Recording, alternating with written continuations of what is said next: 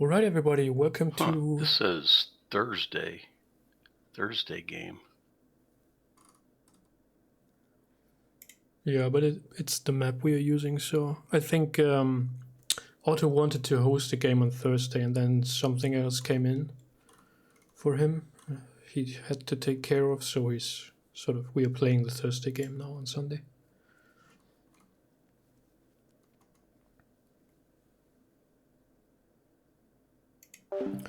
So another spontaneous Kriegsspiel. This is sort of a preparation to the March on the Rhine campaign Otto is hosting. I'll be playing on the French side. We'll have a 3-on-3 on this map here somewhere in Hesse, and I'm going to show you the briefing so that you can take a look at that.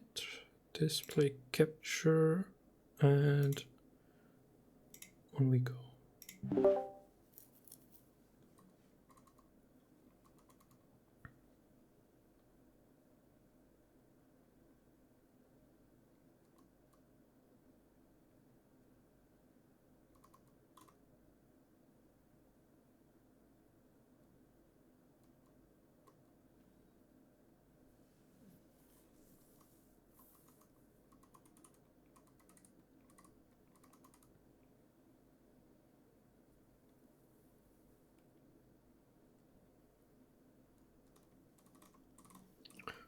Okay, so we probably need to know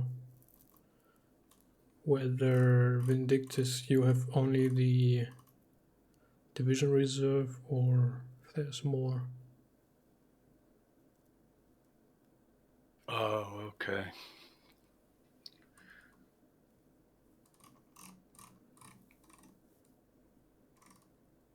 Division reserve, 1 foot heavy battery, 1 light battery, and a baggage train.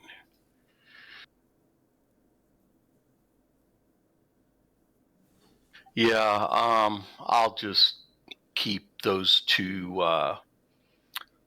cannon batteries with me, and I'll decide where I'm going to put the baggage train. Mm-hmm. I'm still looking at the map. Oh man, what happened here? My screen got screwed up.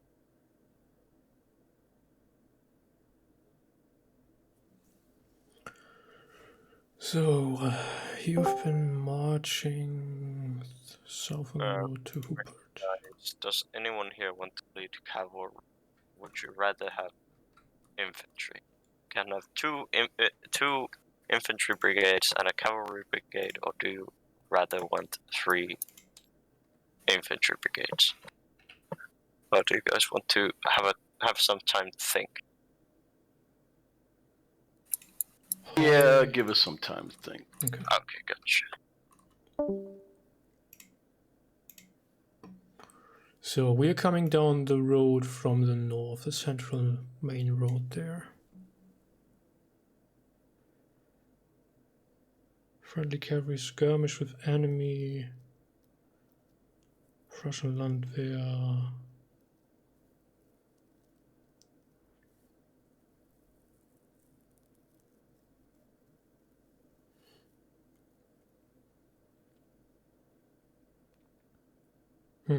So we don't really know where the enemy is then. Let me see. Spotted a Prussian Landwehr column, at least a brigade strong, reserve squadrons marching northwest. Okay, so they are just coming in our direction then. Plus there might be an undetected flanking force somewhere.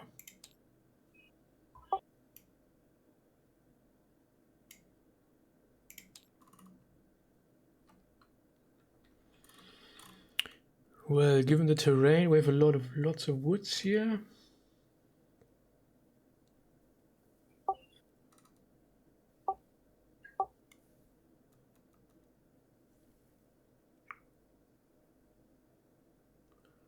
Some open space, and on the western half there of der Kemeler Heide, between Hubert and Mappersheim.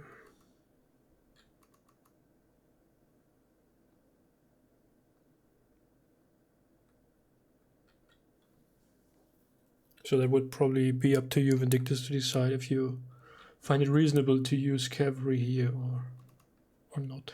Well, yeah, we always need at least some cavalry for screening and scouting. Yeah, agreed.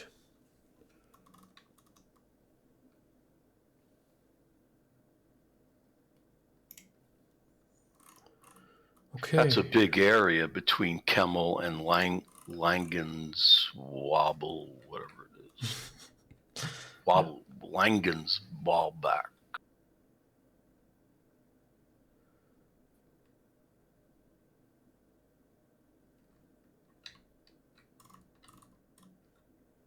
I'm going to try and switch to the other map in tabletop if I can find it.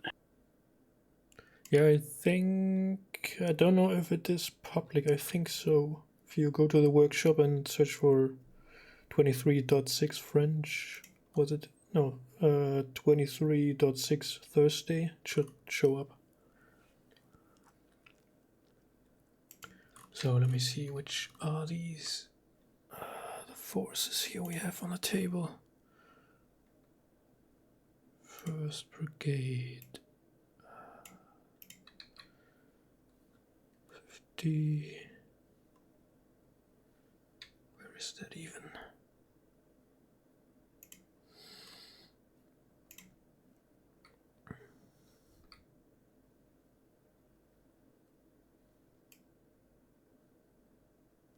This one is 1st Brigade, okay. That's the 3rd from the right. 2nd Brigade, 104. That's the one right next to it. And then we take another, what did you say, 1 cavalry. 4th Cavalry would be Garde d'honneur. Yup, these 6 squadrons. To the right, yeah, and probably then the reserve, I believe. Where do we have those? 23.6 Kriegsspiel Thursday. Yeah, Thursday. Yeah, that should be it.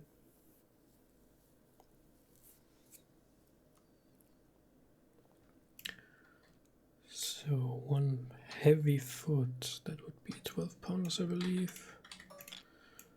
1 light foot, 6 pounders. Got 4 supply trains and 1 for each brigade, probably, like so.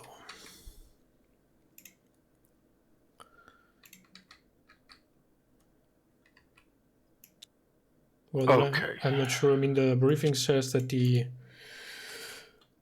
brigades are given in chronological order, so I don't know if Otto wants to give you Vindictus then the 1st Infantry Brigade and the reserve artillery, or how it's going to work out.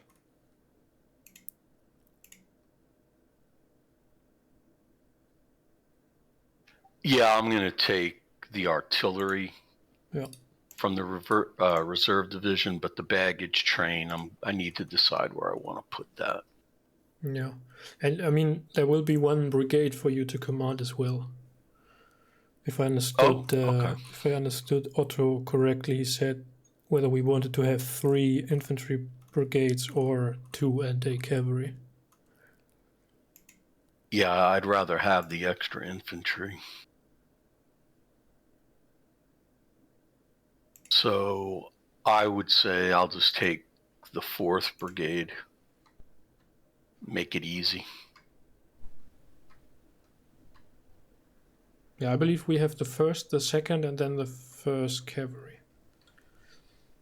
Oh, so we don't have the 4th Brigade. I believe so. I mean, we can... Where is Otto right now? He's with the other team. Okay. I'll just quickly jump into the lobby and ask the other umpires whether they know or not. Hello, sorry. It's Sven's Tiger. Right. Hello, yeah. Got a question here regarding the brigades we have available. Oh yeah, sorry. I'll come in there in a second. There you go. Sure, thank you. Right. Okay, he'll just come over in a second and tell us. Okay, sorry guys. So, did you guys decide? Do you guys want cavalry? Do you guys want 2 infantry brigades and 1 cavalry brigade, or do you want 3 infantry brigades?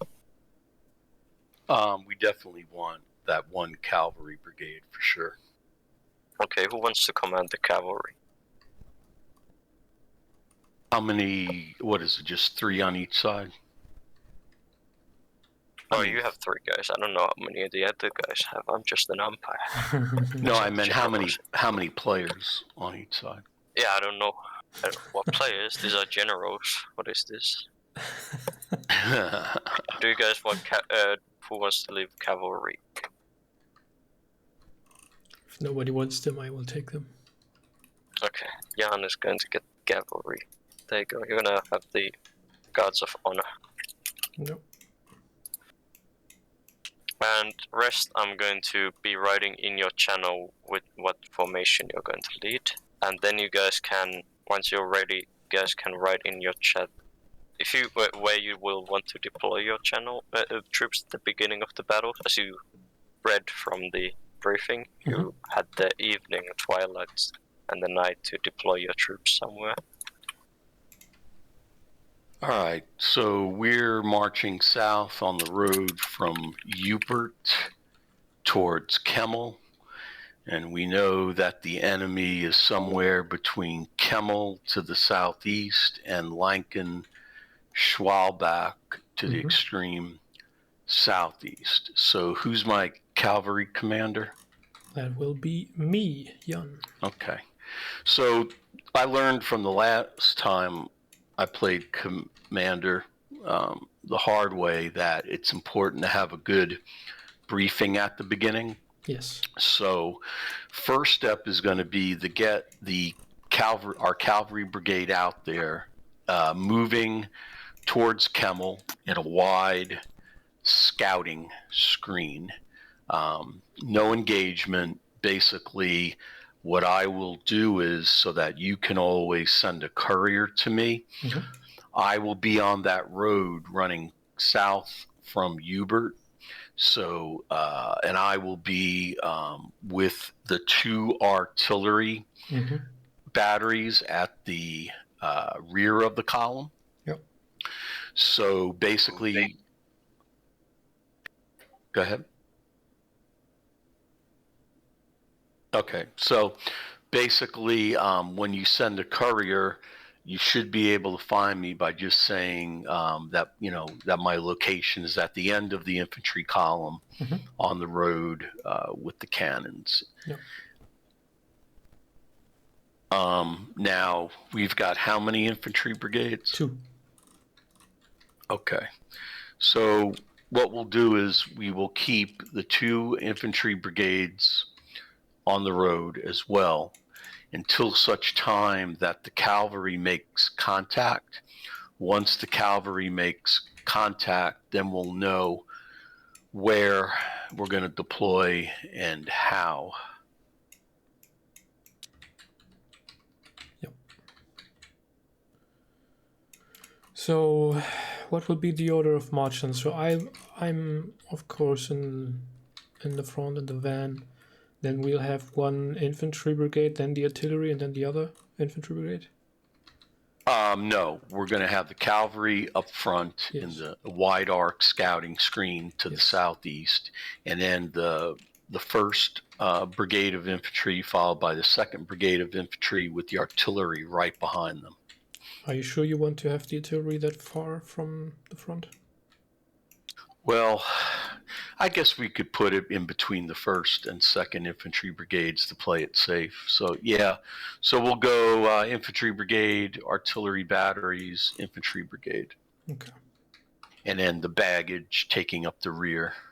Yep. And who will be commanding the 1st brigade then? That should be. I think Otto wanted to put that in your text channels. I haven't gotten anything yet, but I will command the lead infantry brigade if you want.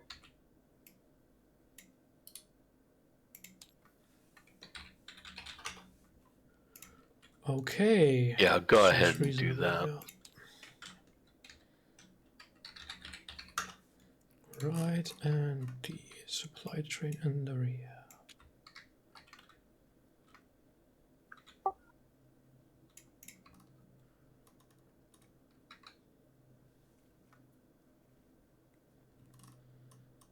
So, how do you pronounce your name? Santhanax? Sontanax. And you're in the 1st or 2nd Infantry Brigade? Yeah, I'll take whichever one's up front, if that's fine. Yeah, that's fine. And then I guess Jan will take the cavalry. Yep. And since we don't... Well, you know what? Why don't you take both infantry brigades? Because this way, you know, you've got nice coordination between the 2 infantry brigades. One less thing to worry. One less person to have to communicate to. Yeah, that's fine. If you don't want to lead it, I can do both. Yeah, take both infantry brigades. Jan will take the cavalry, and I'll take the 2 artillery batteries and the baggage train. How's that?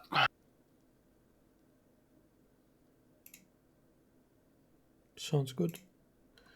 So I need to change my name, obviously.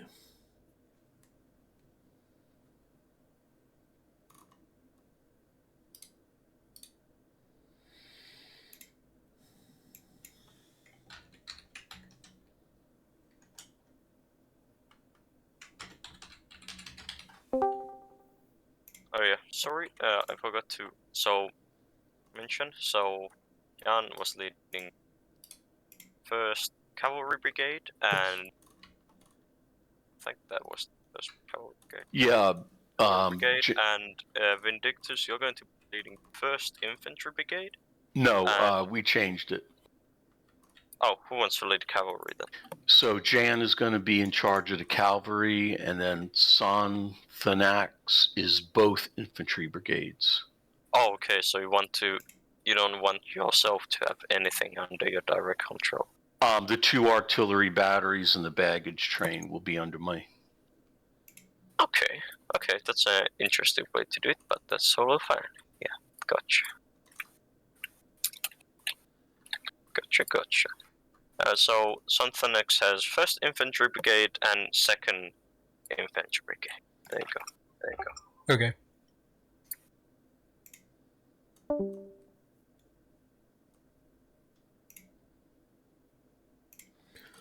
So how far south are we allowed to deploy?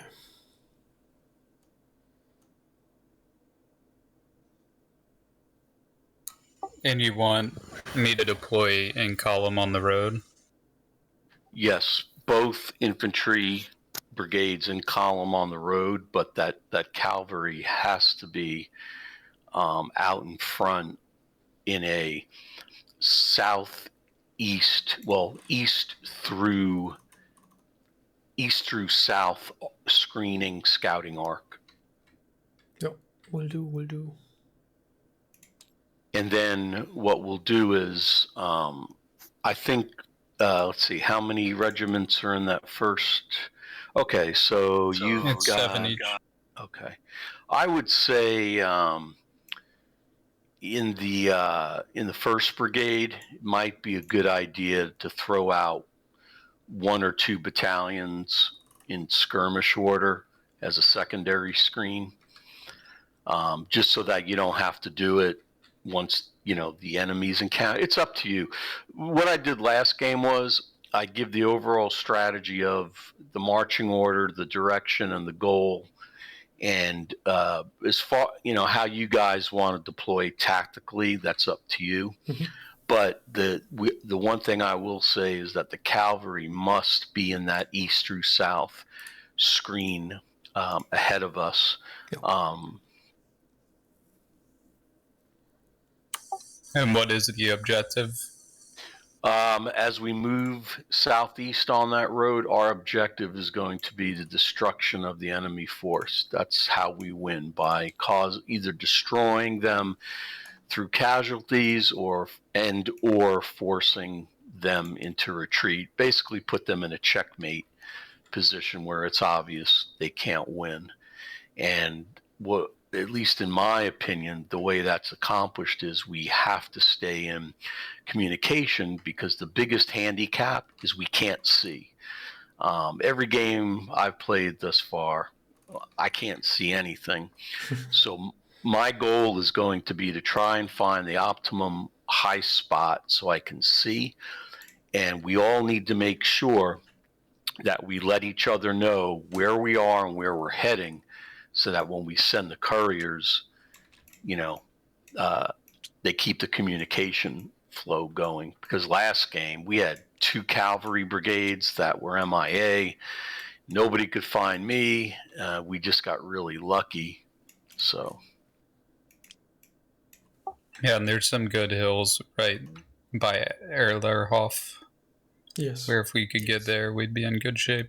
Yeah, I will probably... Yeah. So I will remain on this main road leading to Kemal, and I will send squadrons in the direction of Hohenstein, and then to the south through the woods there, and one that will quickly join me again. I will send that to Mappersheim through the Kemeler Heide there, just to be sure that there's nothing on the western flank, and they will join me again at Kemal, and then we see how far we even can get with these.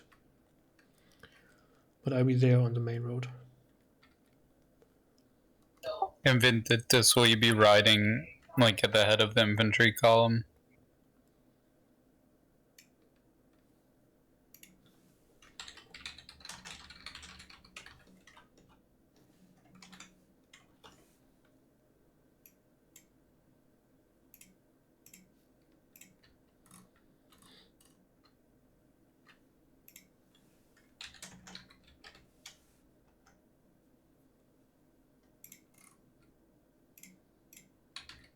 And I'm definitely going to shoot for that very high hill just east-southeast of Erlerhof. That should give me a good vantage point of that hill, as well as the road down below. I would not be surprised if that ends up somehow being the battlefield, that Erlerhof area.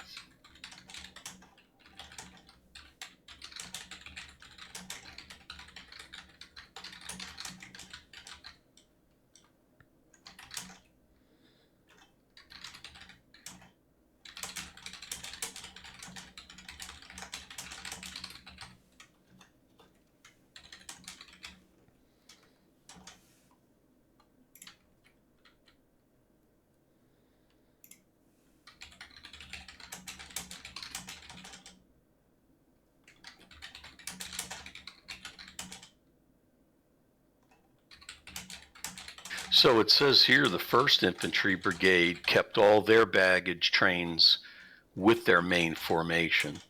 So that baggage train that I have control of is for the 2nd Brigade and everyone else. So I'm gonna tell the umpire that baggage train is, not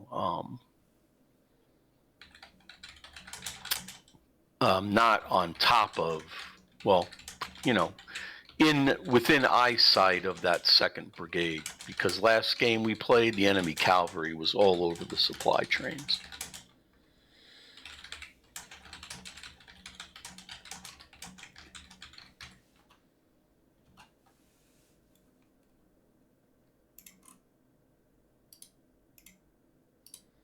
Alright, I've just given my initial orders to the umpires, describing which... So it says here that our cavalry was actually southeast of Hubert.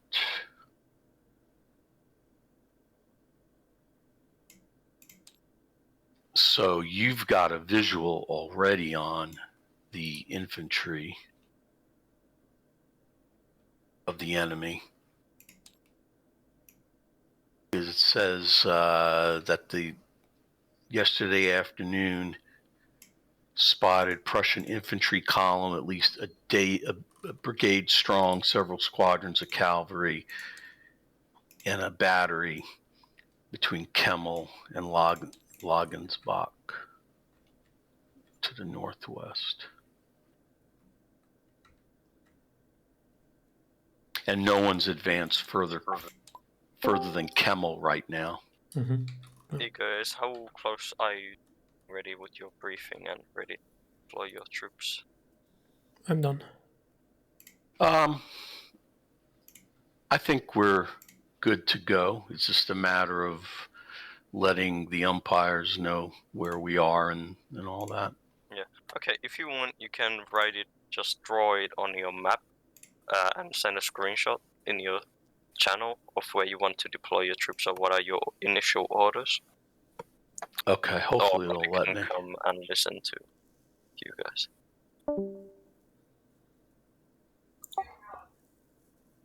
I just wrote out my orders, so hopefully that's fine. Yeah. I don't have TTS open. Should be good. Do you need the map graphic then? Or is that in the channel? It's in the channel, okay.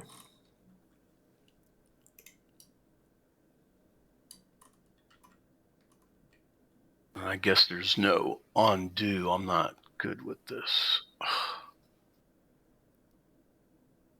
Undo in Tabletop Simulator? There is undo. The question is how frequently Can't undo you are what I auto did. saving, but you can rewind to the last autosave. Okay, there we go.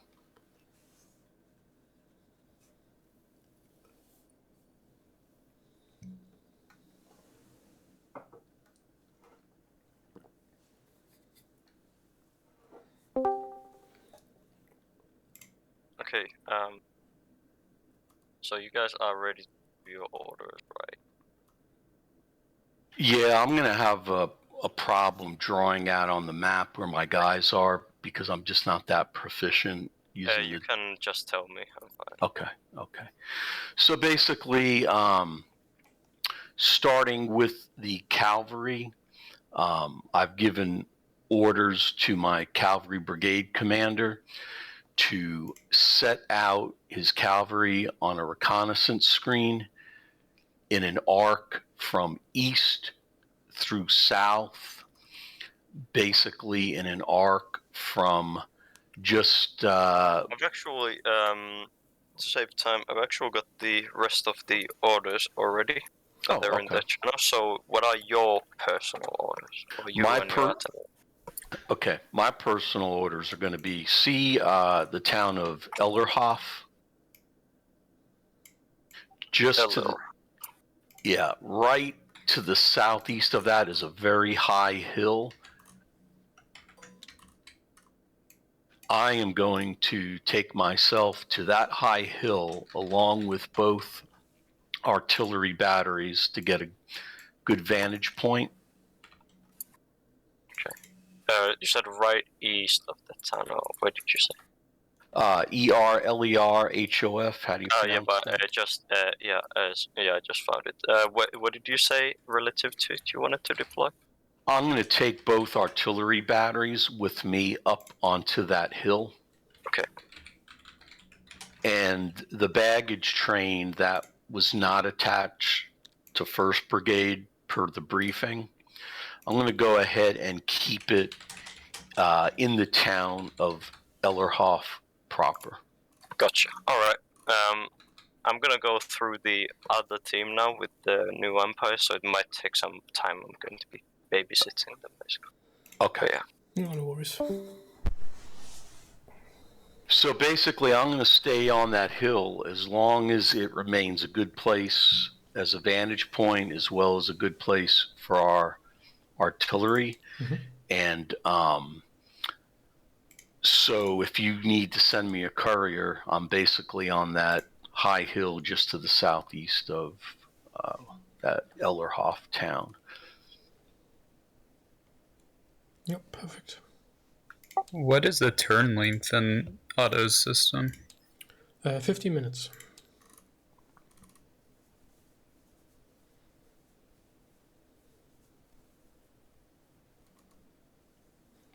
So infantry in road column on good roads should be marching about 4 squares.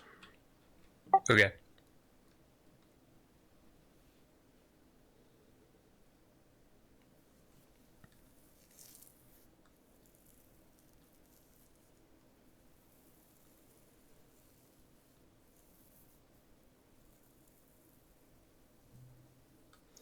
I don't even know the uniforms of the honor guard. Guard d'honneur.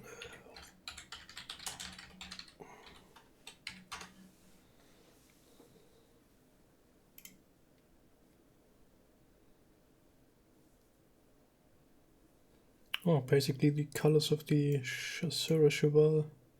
Red trousers, green jacket, and a fancy red shako. Okay.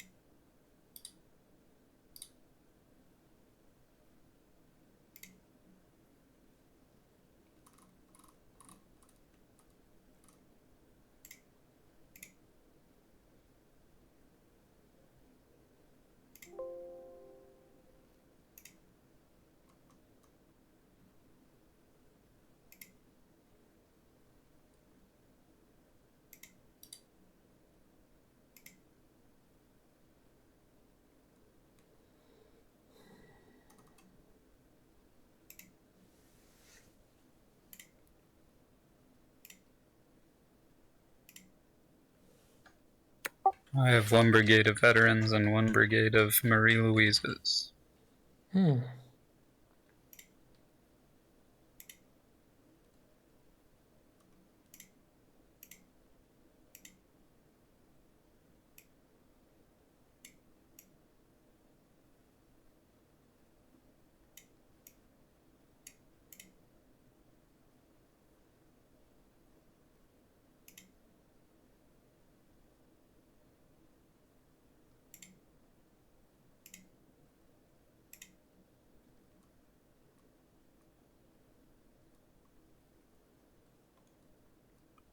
I'm really excited for this campaign to start up.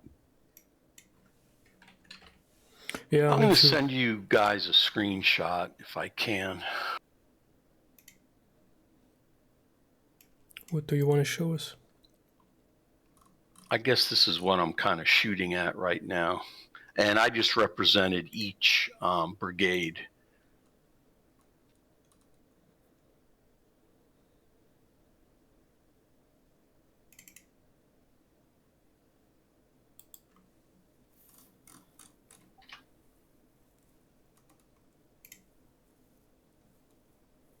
I put it in our channels chat.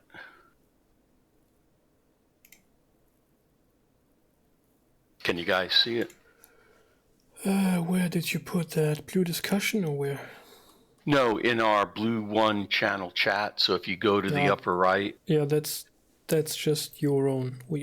I mean, I can potentially see it because I'm an admin, but it's restricted for you to use.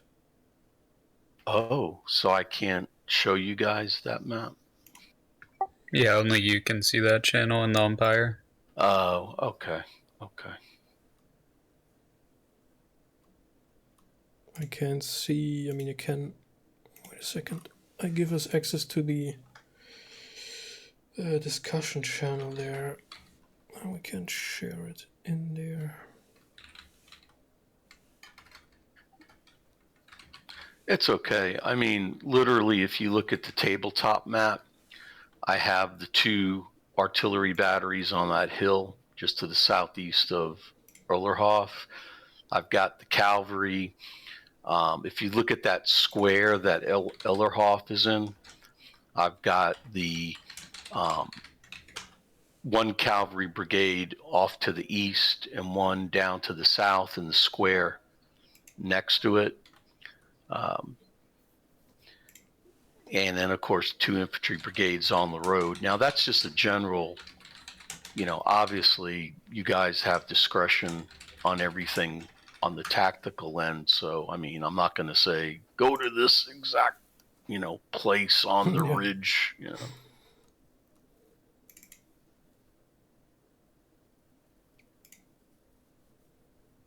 And if we're attacking, you think assault columns are usually the best way to push a position? Well, what I would like to do, if we can, is you have the 1st Brigade throw out a battalion or 2 of skirmishers, right, to screen your attack columns. Now, what you could do is you can throw out a battalion's worth of skirmishers, and then have 2 battalions, or let me use regiments instead. Throw out a regiment of skirmishers, and then form a l'ordre mixed of, 2 regiments in line with 2 regiments in attack column in the center. That's one way to do it. So basically, the skirmishers screen the regiments in line formation, and the 2 line formations screen the columns, and then you have the columns charge with the bayonet into the weak point. Yeah, or you can set up the assault columns on the flank of the line or wherever. Yeah, that's what I meant to say. Did I get it backwards? I got it backwards. I'm sorry. Formation dyslexia. No, I've always thought that was a really good formation. Yeah, I agree. Yeah.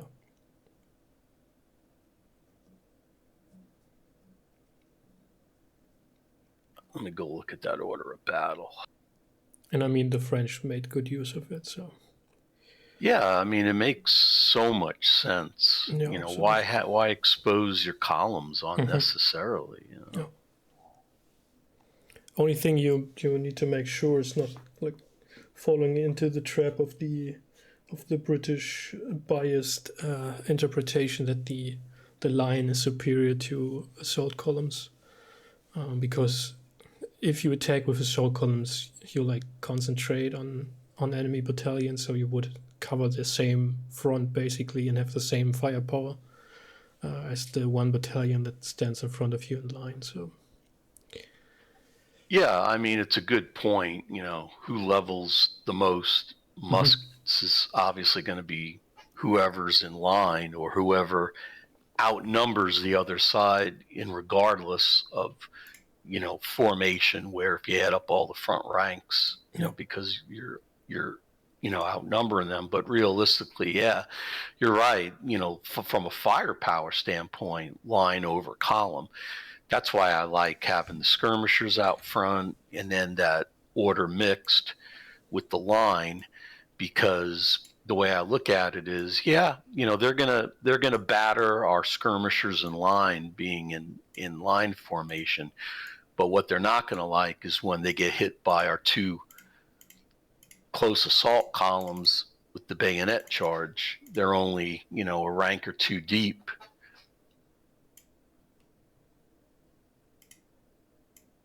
But yeah, I mean, classic British defense, line overcomes the columns. That's why, again, like I said, that's why I like order mixed.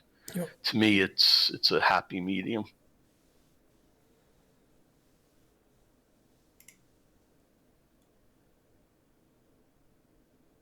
But I'm going to leave that up to you guys. I mean, I don't want to step on your toes tactically, so I'll leave all the formations up to you guys, just as long as the strategic goal, is carried out.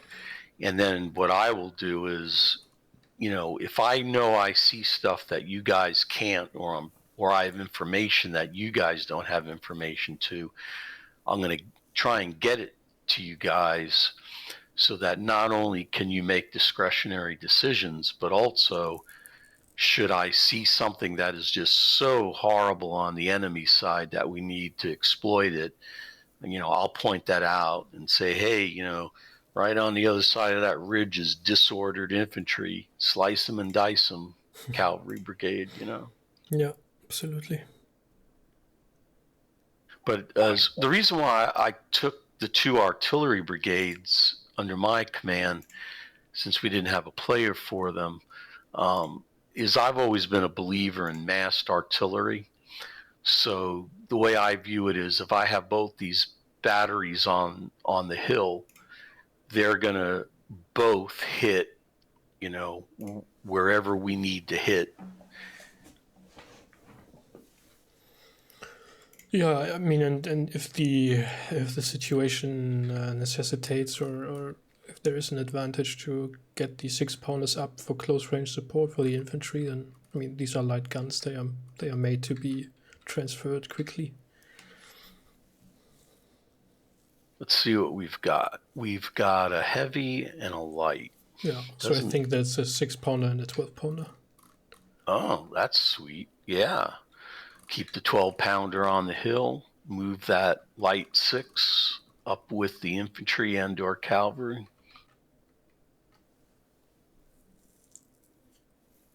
I'll have to...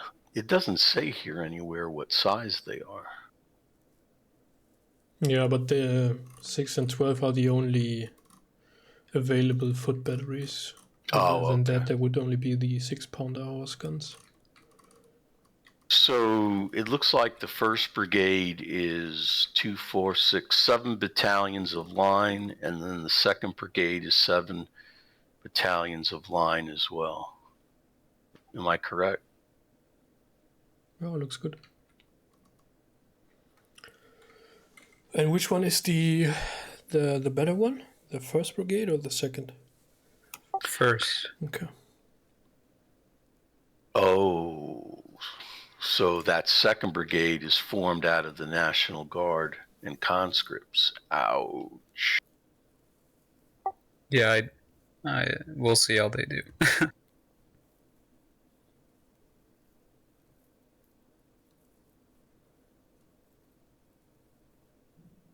Yeah, the best bet for them is probably to not play a combat role, but a morale role. So, like, surprise the enemy in the flank or something. Yeah. And that is a reserve for some of them. Mm-hmm. Yep. Something that doesn't require much thinking on their part. Just point.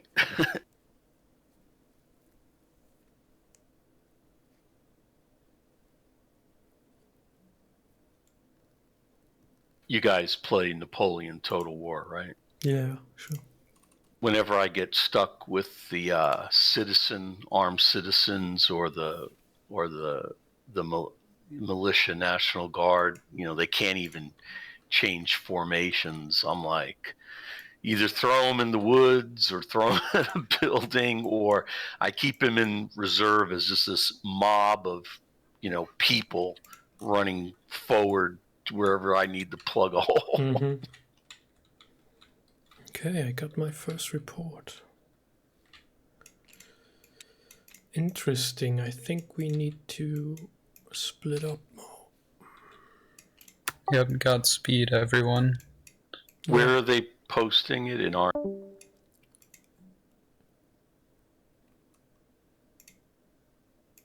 Yeah, that will be in your restricted text channel, yeah. Shouldn't I be too? I don't know. No, I just wanted to answer the question. I think we two are together. It's now early morning, 8 a.m. Troops have woken up early and gone moving up according to their orders.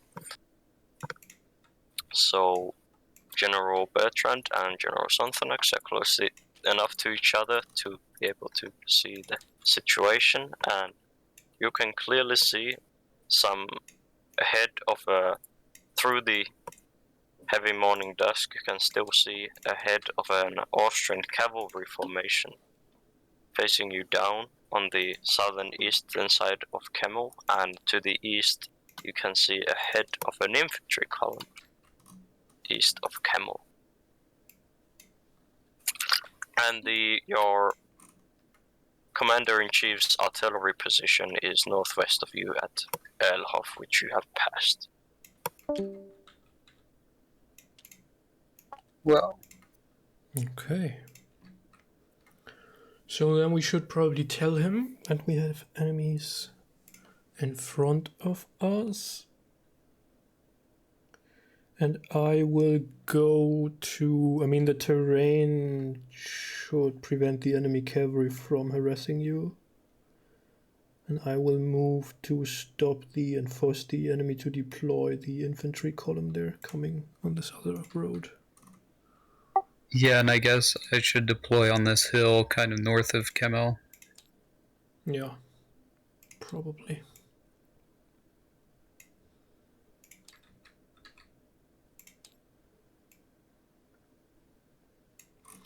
I'm unsure. I mean, it depends on how the enemy would react if I want to squeeze through to the east to make contact with the one squadron I sent there and sort of harass their flank or pull forces away. Yeah, because I guess we need to buy time for the artillery to come up. Yeah. And given that there's not that much space for me to operate, I'm just in the way here.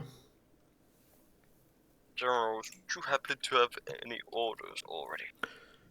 Yes. So I would send... What is that? Second squadron.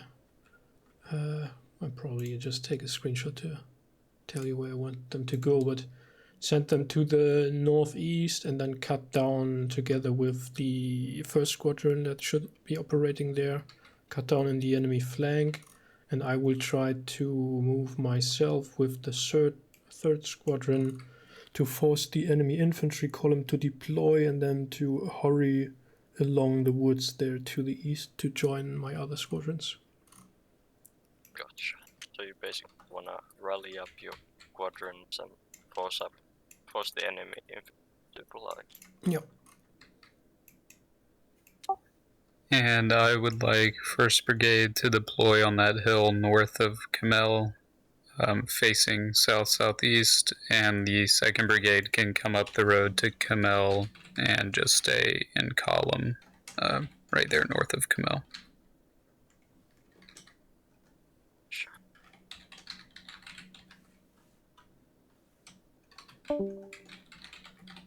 I just quickly write a dispatch to Vindictus.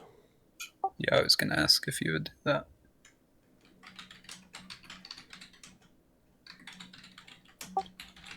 Hopefully I can keep their attention while you swing around their flank. Yeah. Can I actually see what type of cavalry that is? I think lancers.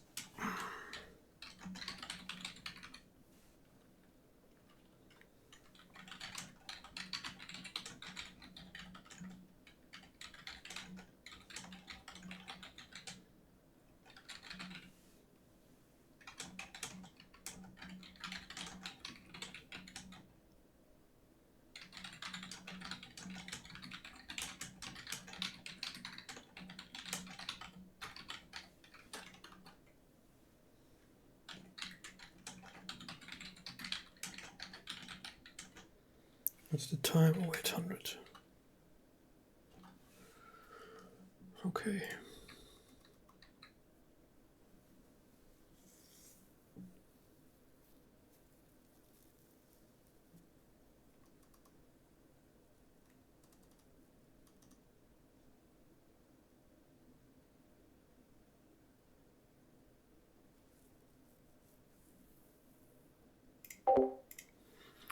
So, very interesting. We already got enemy contact. There are 2 commanders I can see, 2 Austrian commanders. 2 and 3. So, they probably have even more forces. grab those, get them a bit bigger, better to see. And then we got Austrian Lancers with potentially 6 squadrons. Ooh. Let's assume for now they are just 4. And they are set up like something like so.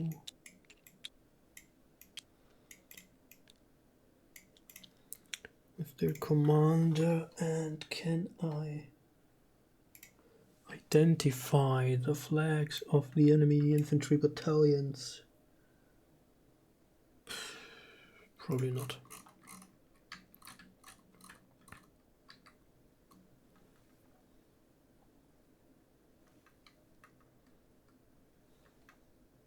Could be, I don't know.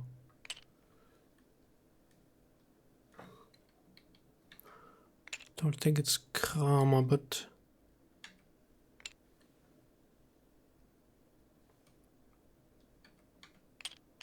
possible not, Lani not. Doesn't really matter, right? So one of them. I don't know which one. Let me put down this one and we'll find out if that is the right one or not.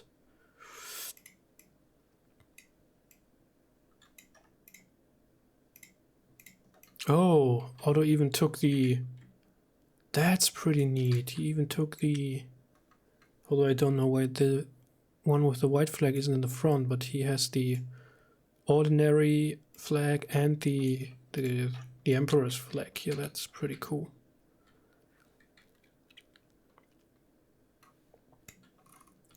So they are already about there. So that's why I'm worried whether I would get past them here without being engaged. That's basically the idea. Unfortunately, you can't really see the white blocks that well, but I hope it's working out for you.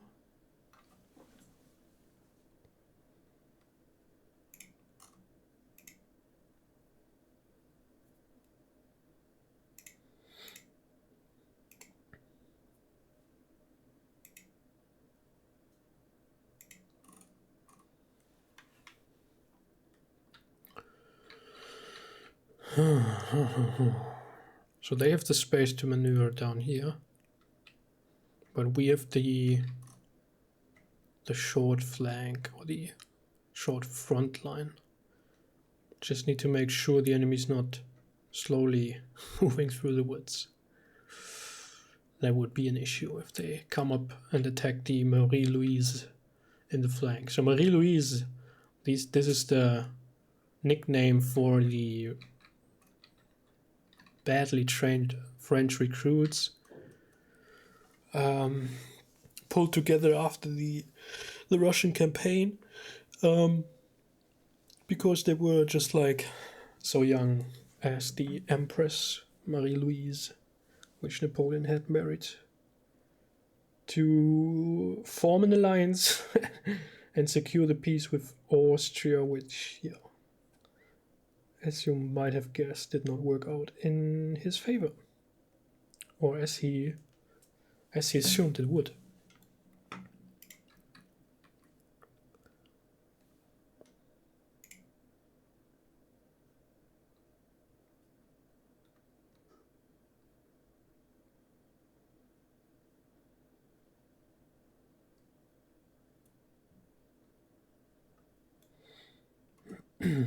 Okay, so turn resolution might take a little bit of time because Otto has 2 new umpires with him today.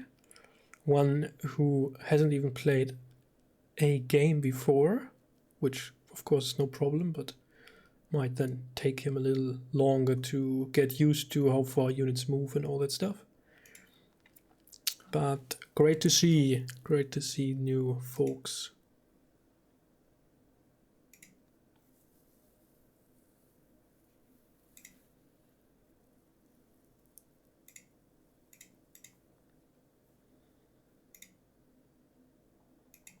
And hello to the 2 viewers in the chat, whoever you might be.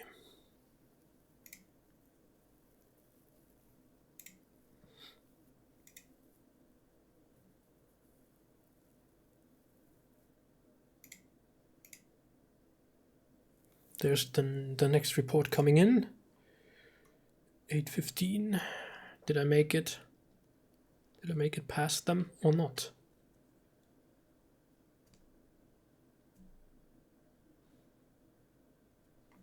From the range, I mean, the question is, would they be able to deploy quickly enough?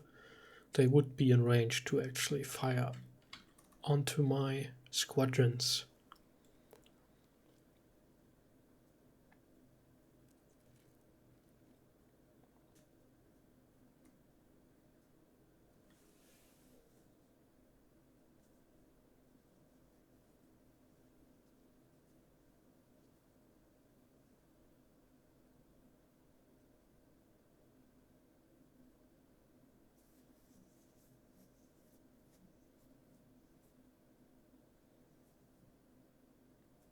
Okay, there's the time alert was there, sent by Otto, but not the actual screenshot yet.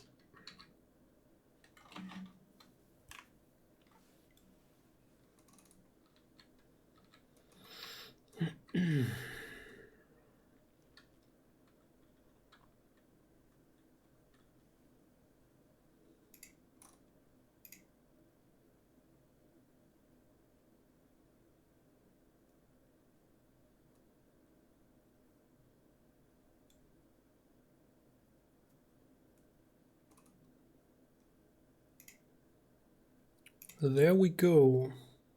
Oh, they are already deployed right in the face.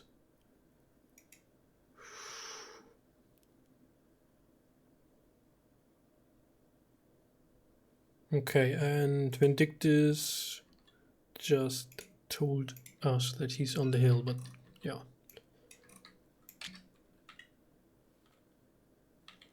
For whatever reason, this squadron came down here, so don't know what's going on with these guys.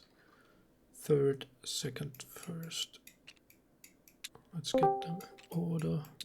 Alright, sir. So the morning dusk has cleared away surprisingly quickly, and can see that more and more enemy troops have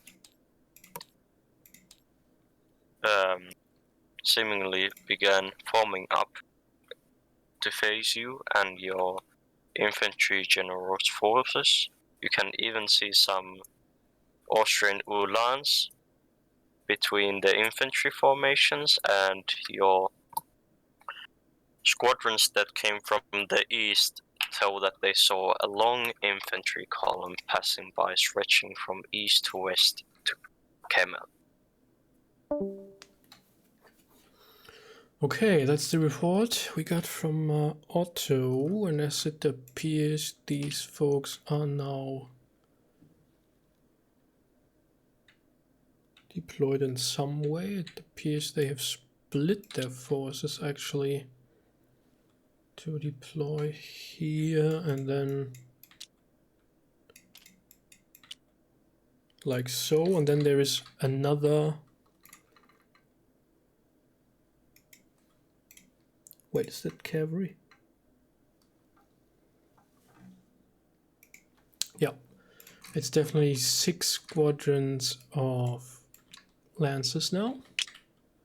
They are in between the formation, like there in the center.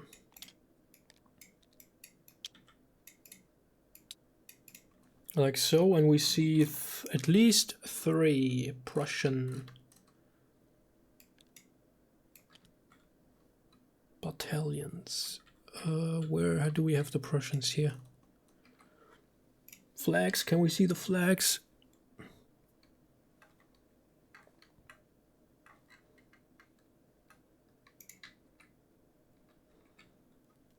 These guys. Or these.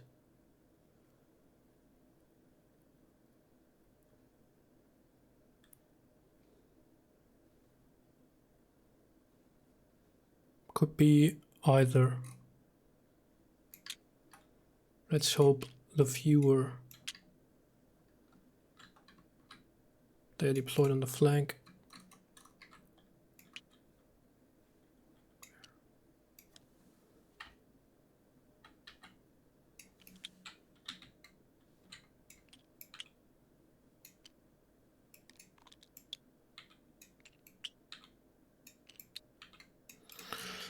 Something like that.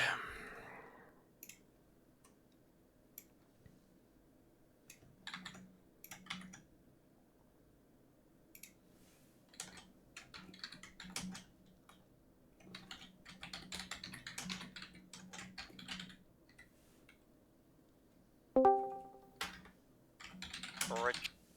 Happen to have any.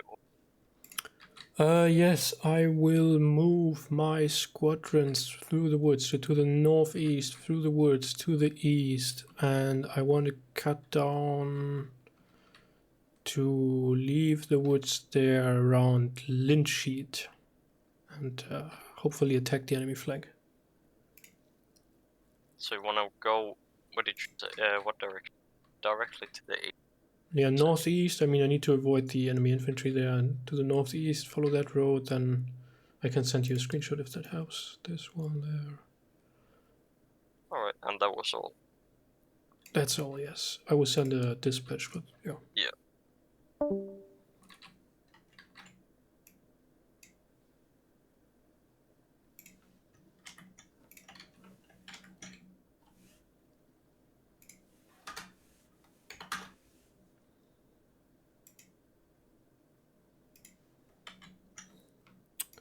Oh, I've deleted the dispatch. Come on.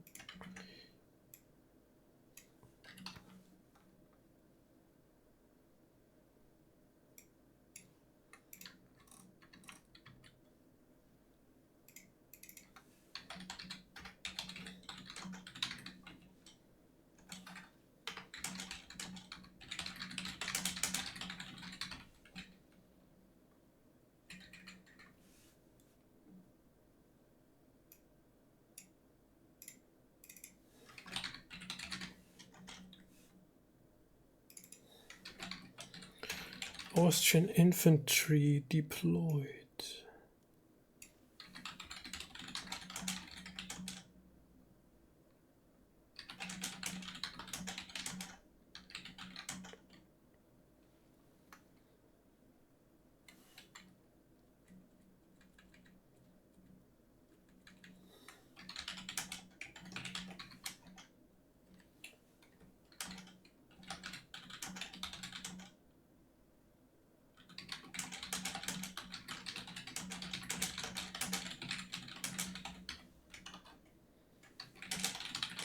At least 3 Prussian battalions deployed southwest of Killer.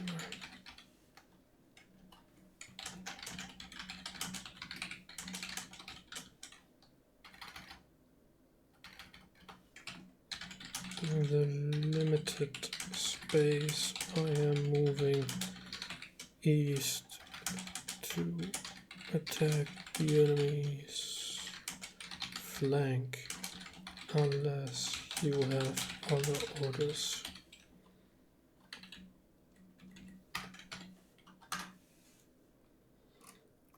Okay.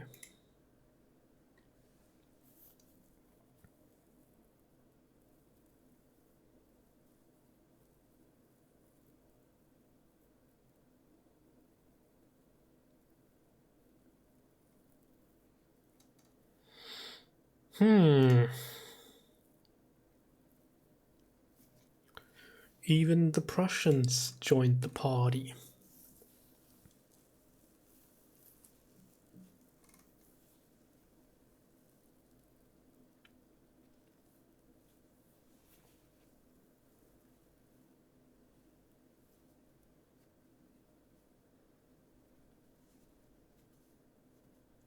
Problem is, I'll be far away.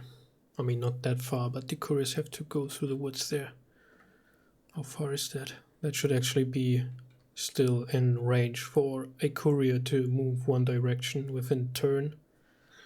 About that, at least. And, oh, I can deploy the friendly troops. They have already put 4 battalions in line.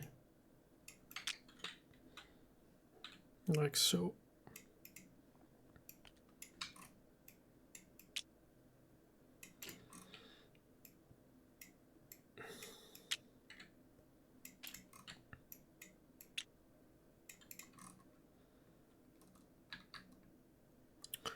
Yeah, well, so now the question is, I mean, it's up to Vindictus in the end. He can give opposing orders, of course, for me to move to the west, but right here, right in front, I cannot attack the enemy. What I could do is sort of scare the enemy infantry to force them into square and allow the artillery to play on them heavily, but they are too far away. We got friendlies between them, so Vindictus has to bring up the artillery for close range support here immediately at Kemel.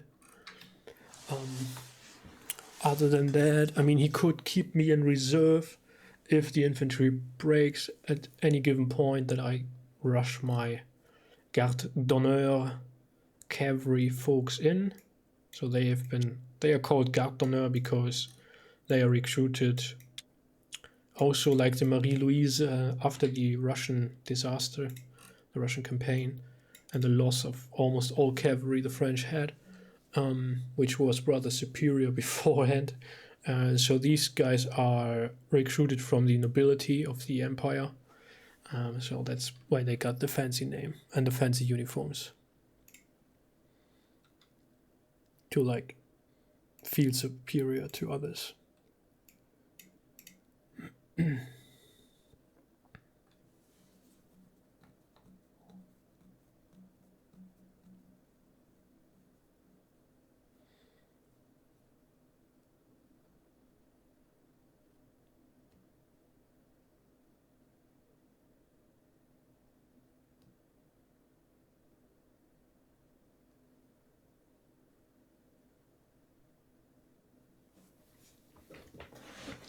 Let us see if that plays out, if I can actually move that way to Lindschied.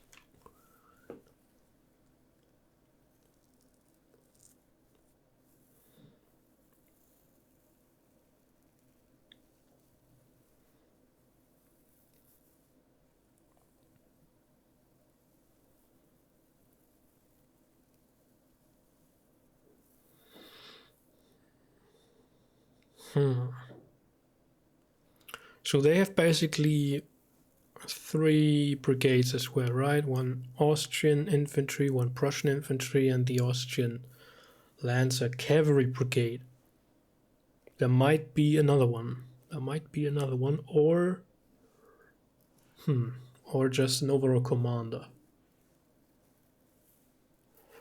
8:30. Next report is coming in.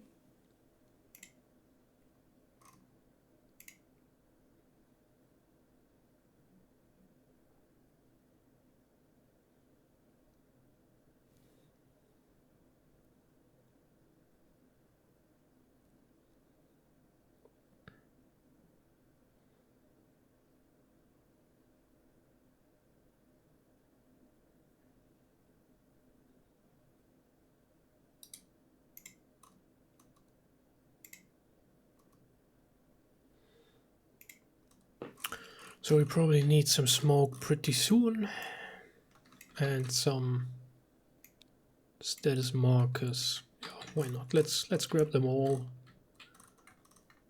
I don't know if I want to bother adjusting them all the time, but we have them at hand.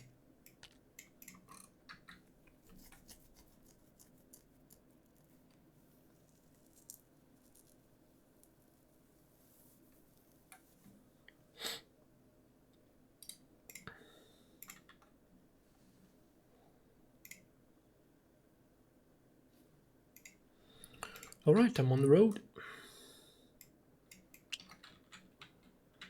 Just crossed the little creek there, little run through the woods.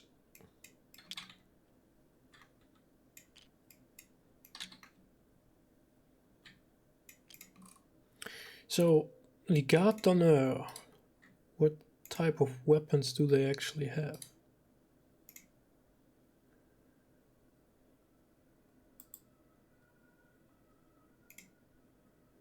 Do they have, I mean, they look like light cavalry, obviously they have sabers, so, but do they have carbines or musketoons or whatever? Let me see. A carbine, a saber,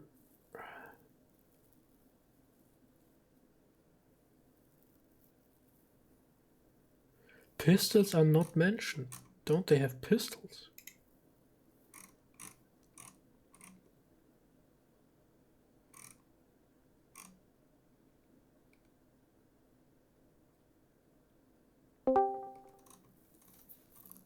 Alright, General, your troops begin moving out as according to your orders down the small and poor forest road in column. As you left your position from the vicinity of your comrades, you could see that the enemy continued moving into formation, with more and more troops being sent to Kemmel and the enemy cavalry staying put. I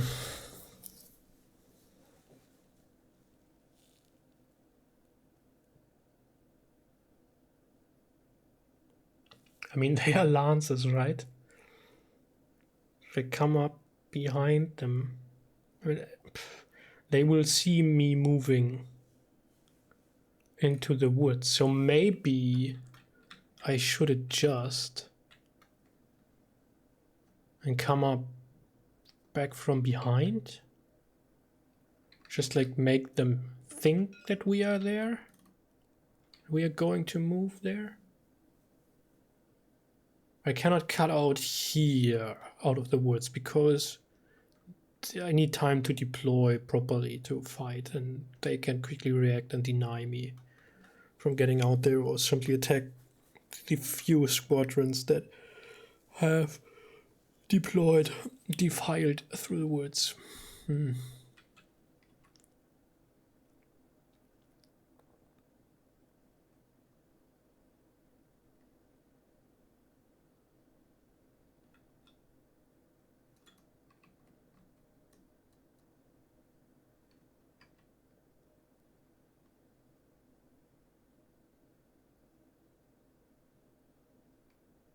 Maybe that's the wrong decision I'm making here to move over there, because then we are split again,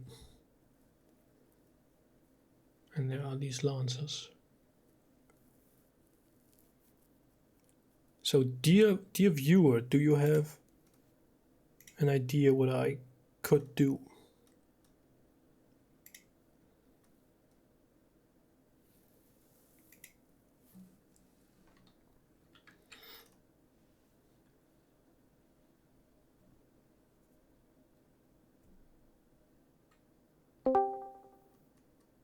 Alright, General, do you have any I will continue, but only to the crossroads. How do I describe that? Only like two squares to the northeast. There are crossroads on my route to the east. I want to stop there and wait if a dispatch from Vindictus is coming in. Yeah, a screenshot will be sent.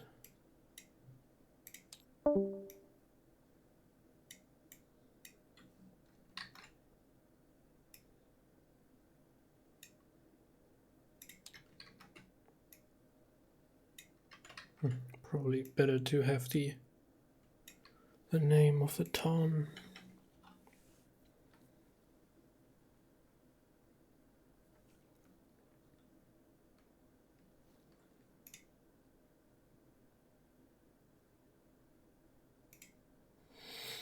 So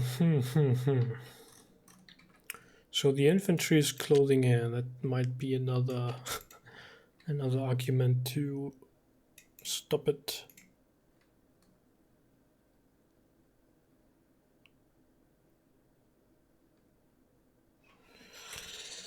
I'm sending to Sontanak's 1st Infantry Brigade our light battery of cannon to attach to your brigade.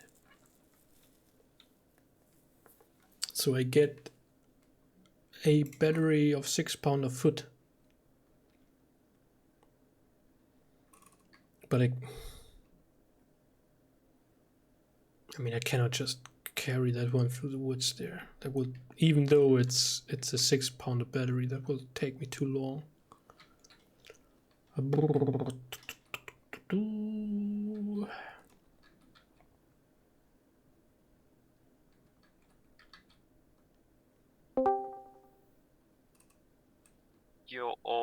Did your orders change in any way now that you received the courier which was chasing? Yeah, somewhat. I want the column to continue to that crossroads, but I will personally move back to meet Sontonax. Gotcha.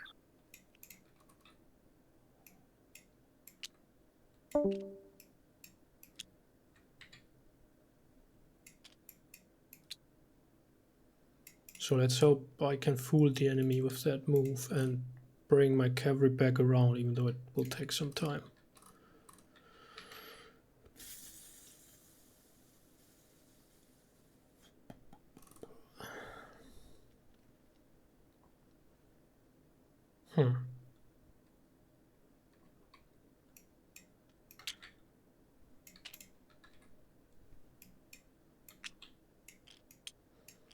I will adjust the forces when I get an overview of the situation, but I mean, I cannot send the 6-pounders into the woods. If I get them, then I will deploy them immediately here for close range support for Sontonax.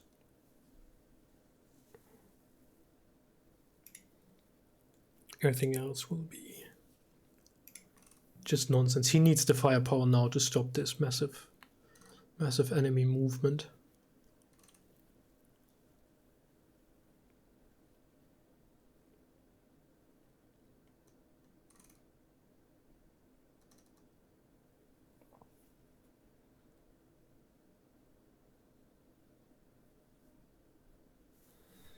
And I hope Vindictus will join us at this position as well. Doesn't make any sense for him to sit back there on the hills. I mean, I don't believe we want to give up these hills here, right? We could, of course, if the enemy is not already pressing us, but because moving out like backwards, if in contact, is quite an issue for these troops, even the agile ones.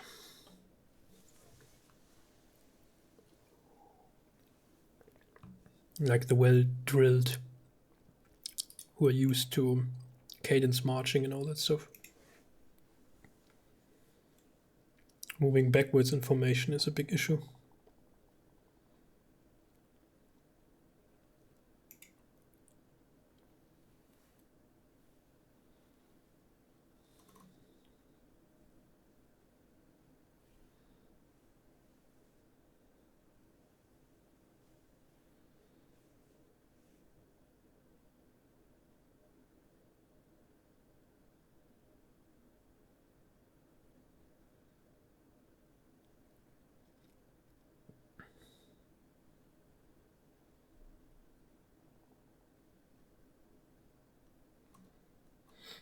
So that dispatch was sent the turn I sent him mine, that I would be moving east. So when I will be back at this hill next turn, I would immediately receive any new orders.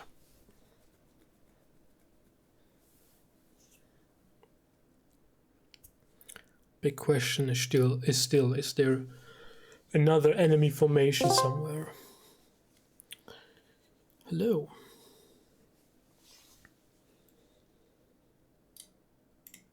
Hello.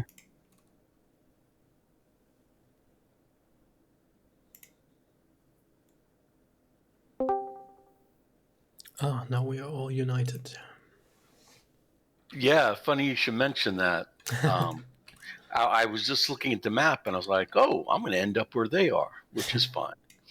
So we should have both of our artillery batteries nearby.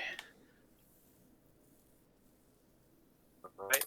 So General Bertrand has galloped out of the forest northeast of Camel to meet General Sonthonax, and General Vindictus has seen his high brass officers close to him and has decided to join their company. And as these old friends are reunited, a horrifying barrage begins from southeast of Camel as something resembling a dozen Austrian artillery guns begin firing on the French infantry northwest of Camel. And General General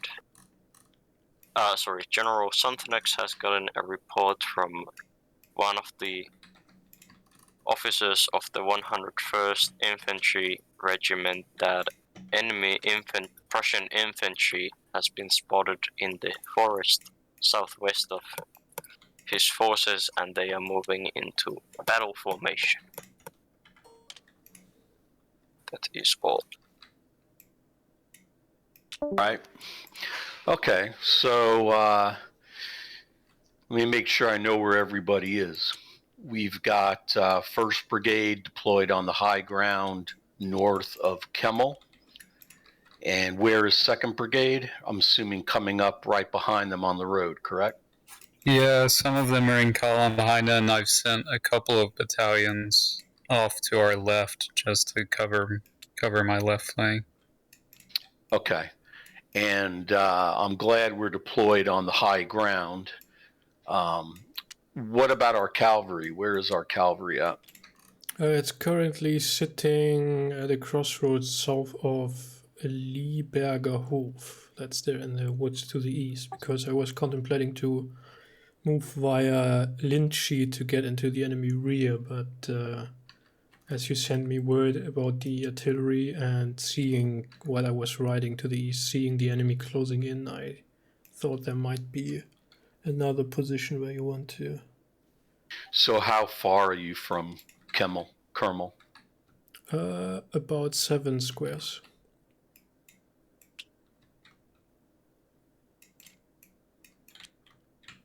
So the idea was either to sort of get into the rear of the enemy, or at least make them believe that I would try that. I can still circle back to the west and be a reserve or something. Well, what I was thinking of is, can you position yourself to threaten that mass battery of theirs without getting tangled up in their infantry? Don't think so. I mean, the infantry is probably not the issue, but their Lancer brigade of 6 battalions. Okay. Now you have dragoons and guards of honor, right? Yeah, they are guards of honor, so they are basically like sort of hussars. They have carbines and sabers. Oh, so he only gave you 1 cavalry brigade. Yes. Should have taken the Lancers. Well, in that case, then, well, my advice is, since both forces are mirroring each other, they're deploying their infantry with masked batteries, but that town is going to be a bastion that will chew us up if we move to the left or right of it or through it. Yep. So what I'm thinking is, if we can mass both of our artillery batteries on that hill, I can leave it to your discretion what you want to target with them tactically, or in lieu of a tactical target, we can bombard the town to the point that they cannot stay in it and we'll have to pull back. Yeah, I would say close range support is now paramount to use the artillery for to prevent them to get up the heights here. Okay, Yeah, then I assume they're about to try to push my front line. Yeah, I'm going to attach both artillery batteries to the infantry brigade on that high ground to the north. What we do need to be cognizant of is the threat on our right. The enemy left is pressing us through that forest. So you might have to have some tactical deployment on our right flank where those woods are, where they're probably going to emerge from. Yeah, I think I'm going to send at least 2 of those battalions of my reserve over to that right side. Yeah, just be careful since they're conscripts and everything. You want to put them in the most advantageous position possible, one that's easily defensible or one that can protect them until the time comes to throw them in like a riotous mass. Yeah, I'll keep them on the reverse slope of the hill for now. Yeah, what I'm worried about is that mass battery of theirs chewing up any of our positions visible to it. So I'm thinking we're all going to have to probably do reverse slope and then put skirmishers on the front slope to minimize casualties and maximize visibility. So, generals have any orders? I'm going to take that remaining artillery battery and attach it to the same infantry brigade that has the other battery for that the commander's discretion to use both of them. Gotcha. What about the other commanders? Well, Vindictus, do you have orders for me? Should I try the east outflank move anyways, or should I come back and be a reserve? I think if for now, go ahead and try your flanking movement, but at the first sign that it's not going to work, pull back and get into a reserve position. All right, will do. So I assume Bertrand is going to gallop back to his men? Yes, absolutely. And Sonflex. The 3 battalions on the left can stay where they are, deploy on the reverse slope of the hill. 1st Brigade move to the reverse slope if they're taking artillery fire and deploy skirmishers out front. And then the other 4 battalions of the Marie Louises move to the right on the reverse slope, kind of behind the right flank of the 1st Brigade. Gotcha.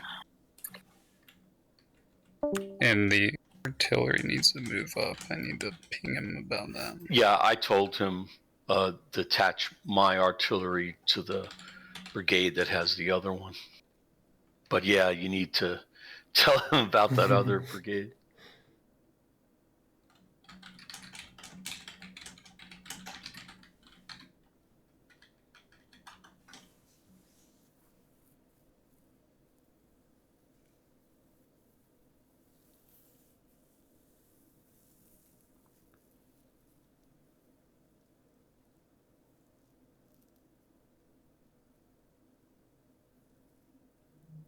Yeah, what I'm worried about is that massive artillery. He has a lot more artillery than we do. So I don't want to get into a, counter battery fire with them, which is going to be a waste of ammunition since their artillery outnumbers ours. But I figure, with both artillery attached to our infantry brigades, that'll give us a tactical advantage to use at your discretion. Yeah, I mean, if they come up the hill right now, they're gonna eat some pretty good canister. I would not advise assaulting the town. That's going to be a meat grinder, which is why I like the idea of the cavalry trying a flanking movement, maybe distract some of the artillery and infantry off in that direction. Yeah. Yeah, it really depends on where they have sent their Lancer Brigade now. Yeah, because right now I don't see a weakness to exploit until we can see more of the battlefield. No. However, I know one thing we don't want to do. We do not want to assault that town with infantry. We'll take too many casualties. If we need to assault the town, then we're going to have to bombard the living daylights out of it with artillery first. Looks like he's got his cavalry out in front of the town. I can't tell if that's infantry or cavalry in front of it. It's infantry. Oh, that's infantry? No. The cavalry was beforehand like sort of there where the artillery is now. And on the right of the Austrian artillery, is that cavalry or infantry? That is more infantry. At least 3 battalions. Yeah, so any attempt to flank, you're going to have infantry forming squares. So the best you can do on that flank is create a diversion, I would think. Yep. See, if you can distract them enough to put some distance between their artillery batteries and that infantry there may end up being a gap. And you see that gap that may form, and looks like they have some baggage trains there. Yeah. The trick is to create a diversion, to widen that gap big enough for someone to exploit without getting caught in it. Agreed, yeah.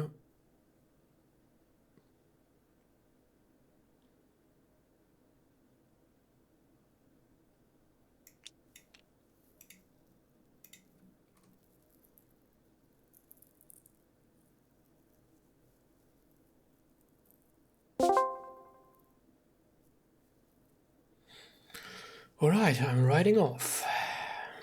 I'm riding off to the east. Knack.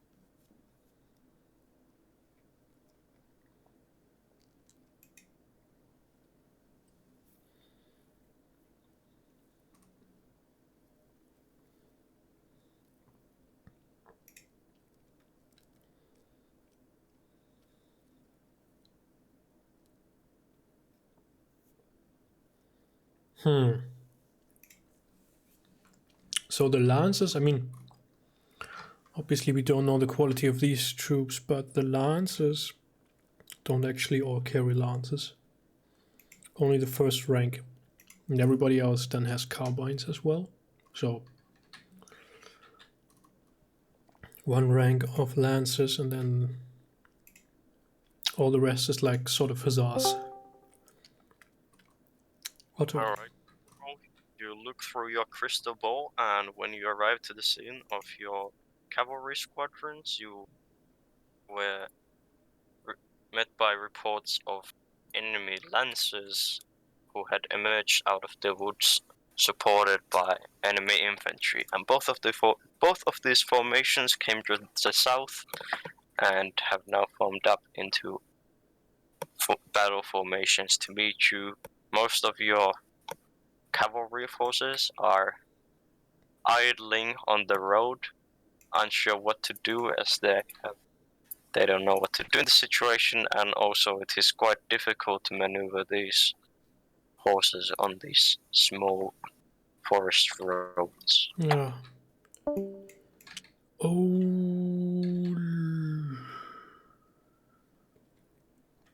So they are sort of stuck here. Oh yes, and also I should mention, you hear that the gunfire in the southwest towards Camel has intensified, and you can now hear the distinct rattle of musketry.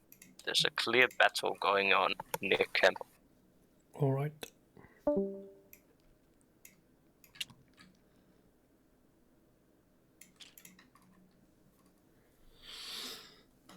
Now that's quite the issue here. 1, 2, 3, 4. We got, I believe, another Austrian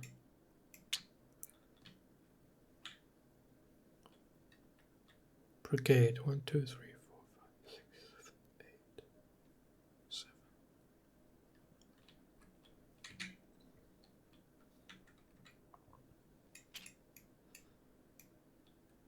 Oh wait, these 3 could be these, right? Maybe. I'm seeing 4 battalions.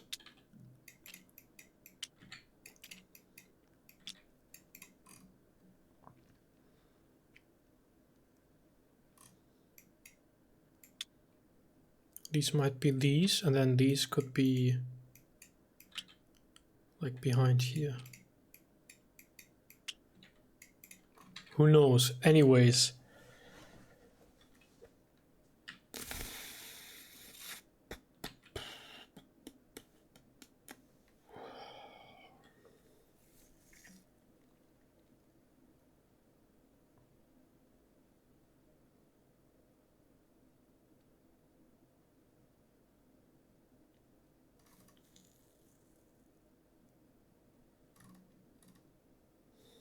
Dispatch. I need to send a dispatch.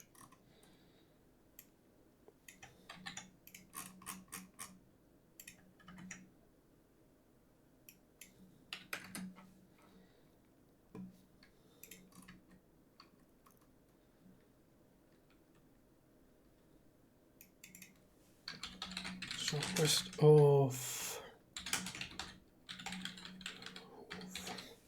The question is, I probably move to there.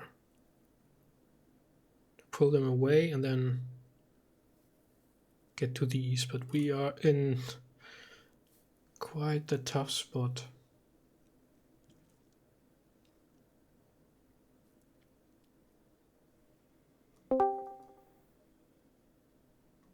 Alright, General, do you have any orders? Yeah, we will pull out of the woods, then move to the northeast, and for now set up in double line at the Lieberger Hof, like centered on the, or anchored on the Lieberger Hof to the west. Right, so you wanna move north then, northwest of Lieberger Hof. Yes. Gotcha.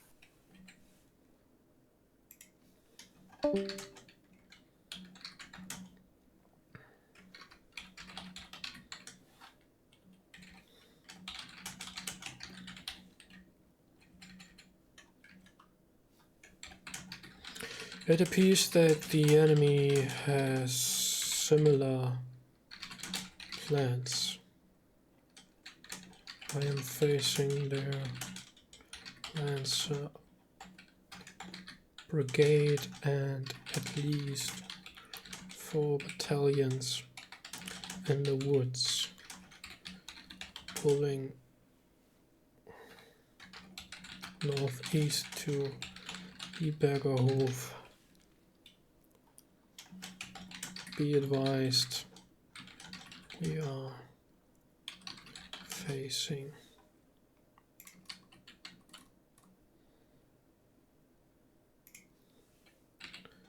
two Austrian infantry brigades.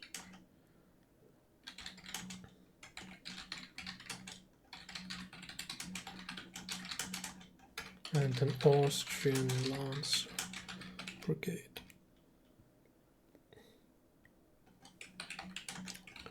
The position at Kemel might be.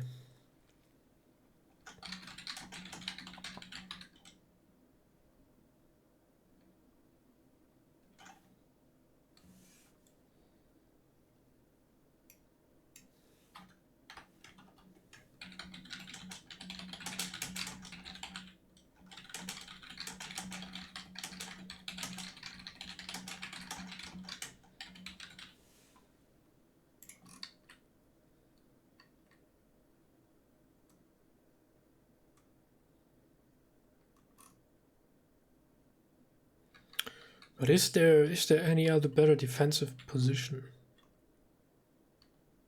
Maybe like here. Battery there, battery there. Well, there are woods in between, so not really. Move to Langenschied. Also woods in the front, but close range artillery would work wonders. I don't know.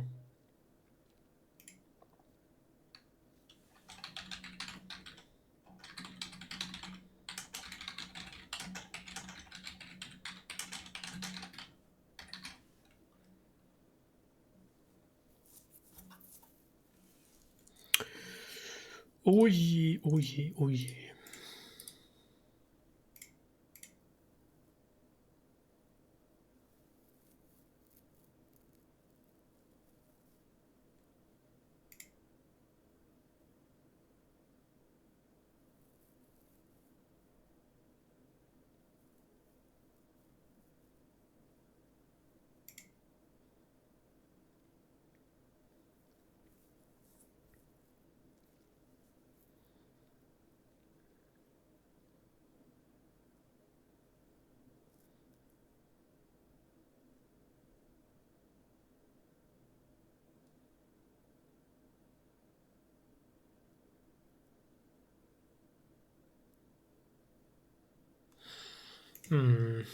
If we are actually facing 3 infantry brigades, I mean, there's no doubt about that, but so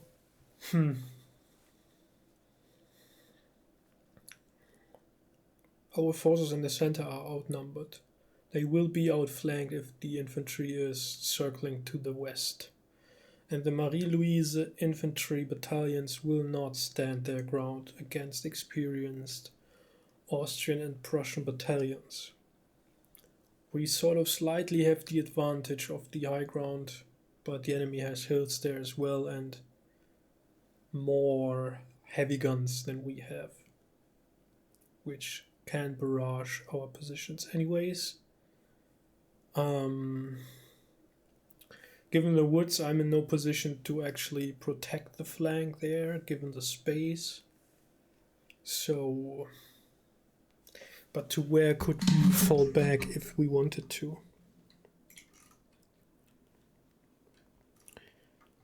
I mean, the infantry could only move back on the road to Huppert or to the west-northwest into the Kemeler Heide. Maybe set up a battery here on the hill above Mappersheim.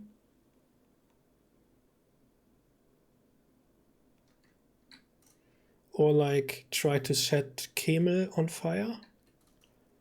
Force the Austrians out, use the smoke and heat cover to prevent the artillery from firing effectively into our lines, then focus onto these forces and the forces coming from the east. That might be an option. Other than that, I don't know. I mean,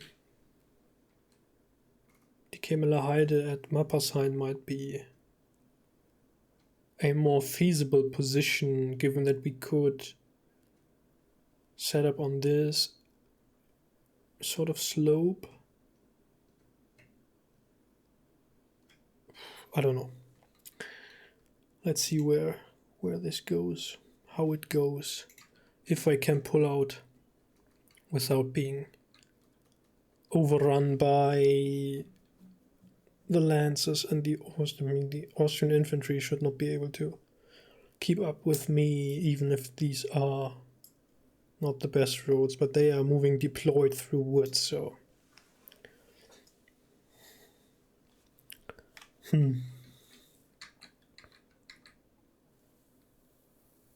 Hard to tell, hard to tell.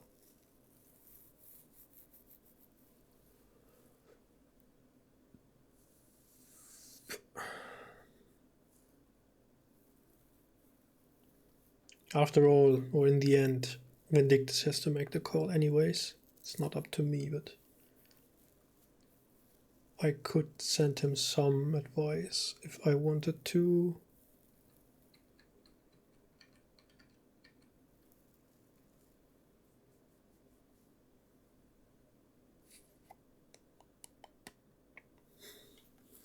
Yeah.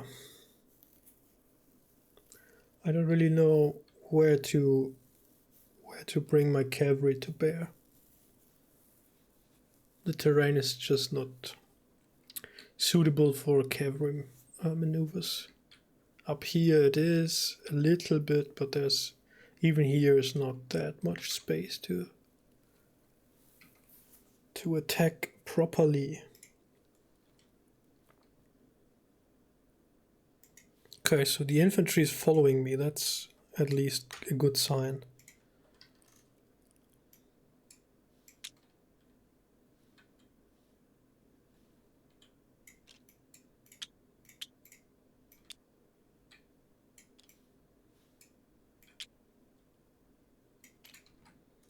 The infantry is following me in marching column. I don't know about the lancers. They are probably as stuck as I am here. I assume these guys have deployed. However, they are Marie-Louise quality units, and I guess he's sending some of them to protect the flank and maybe keep some in reserve. I don't know. And I don't know where they are. Seems Vindictus moved somewhere else, and I guess the artillery has come up. And Otto told me last turn already that there is musket fire going on, so let's put down some smoke, even though we do not know who actually is engaged, but for the flavor, everything for the flavor.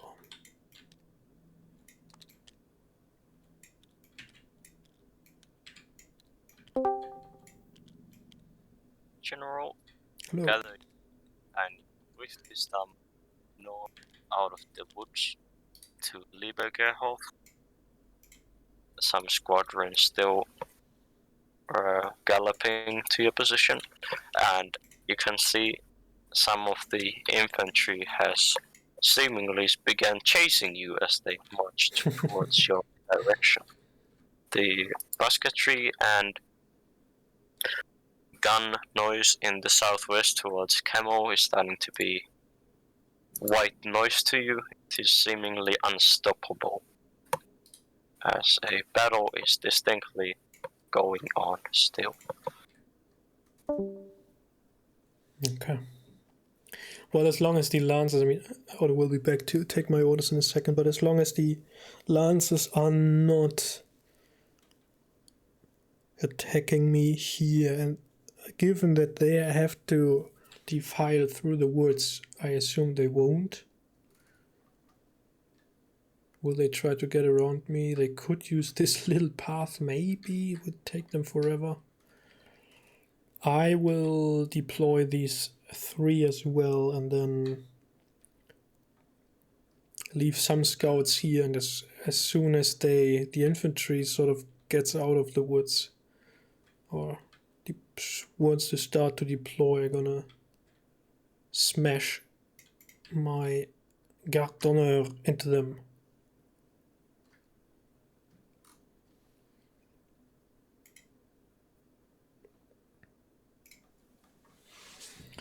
That should at least work to slow them down. And then afterwards we will probably pull back to Hohenstein. Or not to Hohenstein, but to the hill west of Hohenstein. Although we will be trapped if if we go there. Or we could then deliver a charge down here onto this hill and then pull out to the west.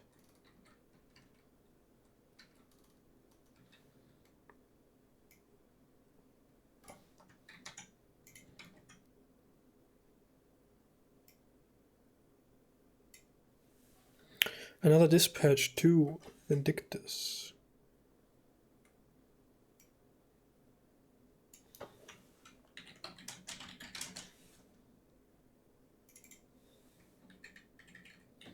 Lieberger Hof, 0915.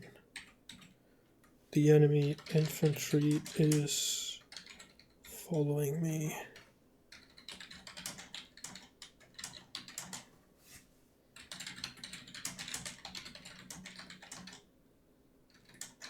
As soon as they defile. General, do you have any orders? Yes, I want to deploy the other 3 battalions, or squadrons rather, behind me on that hill. And as soon as the Austrian infantry is going to defile out of the woods there and trying to deploy, I'm going to charge in my first 3 squadrons. And then pull back behind the deployed squadrons. Gotcha.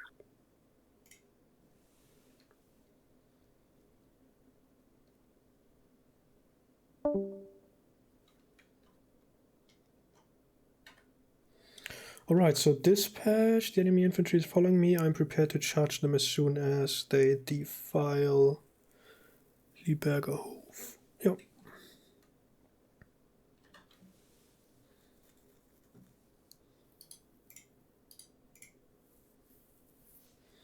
Okay, I mean, at least I'm pulling forces away, right? That's what I was supposed to do.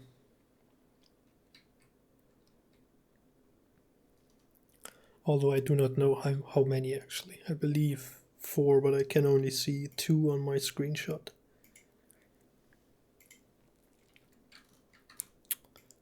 So these are making ready to charge. These are deploying behind them, ready to cover the first 3, which then are going to charge in. I mean, realistically speaking, this is about 400 meters or what? 500 meters? That's not even enough to actually get a charge going. But anyway, we will just harass them with our carbines then, I guess, and shake our sabers in their direction. Some angry fists.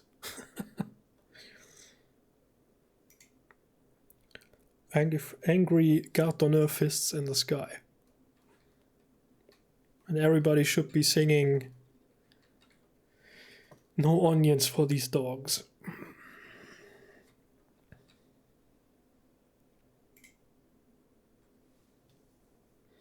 J'aime l'oignon, fruit à l'huile, j'aime l'oignon, j'aime l'oignon. Opa camarade, opa camarade, opa, opa, opa. Opa camarade, opa camarade, opa, opa, opa.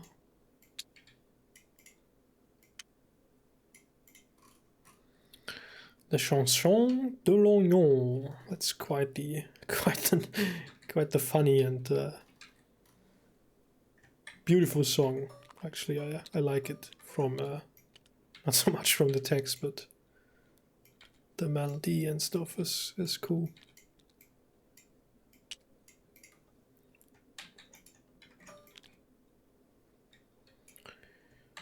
I like onions fried in oil. I like onions, I like onions. I like onions fried in oil. There you go. A very important song for the French Napoleonic forces. Because it's going back to a legend, including Napoleon himself. That is, that actually before Austerlitz or after, I can't remember just right now. I think after the Battle of Austerlitz, where he is passing some of his troops encamped, and they are like doing something, frying something, and he's wondering what they are doing there, and he assumedly rides by and asks him, "Soldiers, what are you eating there?" And they tell him that they are just frying some onions to put them on their bread. And then this song was born, but that's most likely just a legend. As quite a lot about the Napoleonic Wars and the achievements of Napoleon is, because Napoleon was quite the propaganda guy. He really knew how to set up, and he did that early on, right? During the first Italian campaign already. Set up newspapers and stuff, journals, writing about his exploits, and yeah, once he was first consul, then controlled the media and all that stuff. So, there you go.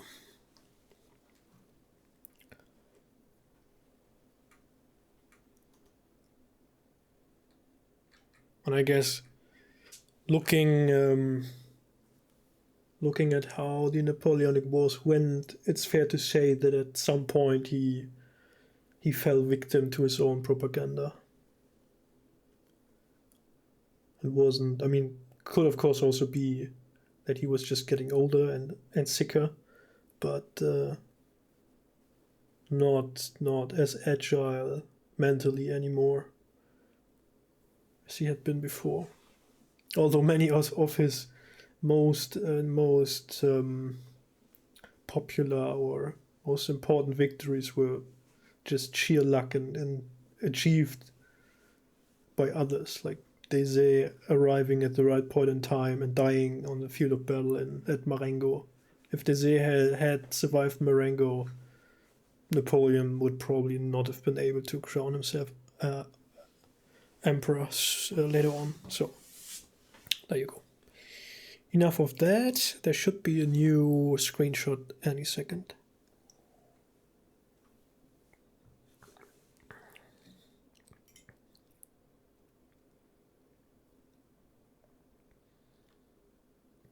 Chamalognon, frite à l'île, chamalognon, chamalognon.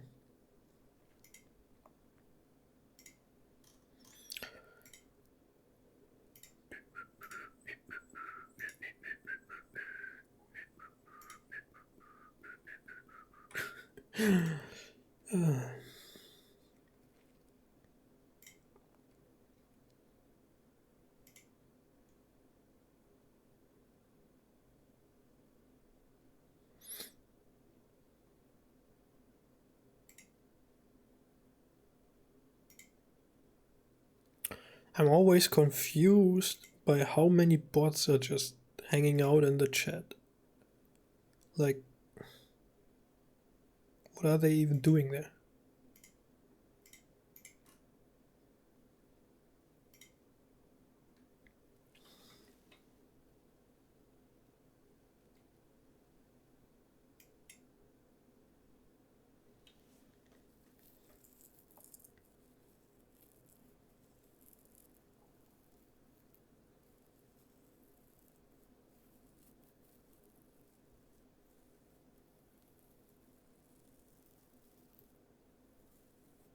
Okay, Vindictus is sending dispatches that they are actually pulling back, which is, I think, a wise decision, and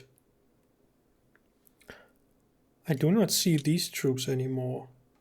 So that might actually mean that they are in the woods and attacking the flanks. What I can see, however, is the Lancers coming up on whatever road. I guess this one. Chamalognon, frite à l'île, chamalognon, chamalognon.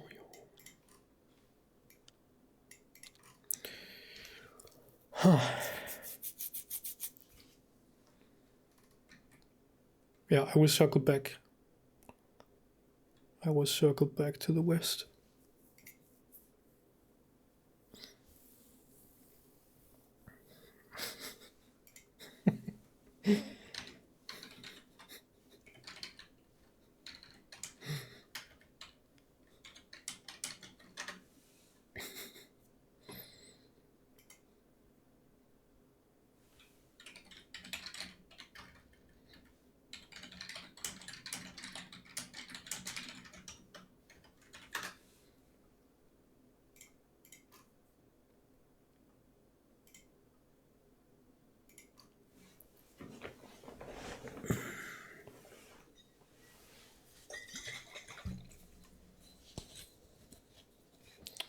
If you cannot flank, it's urgent to support the infantry, which is being pressed hard. Yeah. No wonder if they are facing 3-2 odds. I mean, I haven't even counted the battalions, but... Alright, General. Yeah. You eagerly waited for the enemy infantry to file out of the forest, but to your surprise they did a hard left and turned their backs to you as the enemy lancers advanced to cover them. And now you are having seemingly faced down with the enemy lancers. Alright.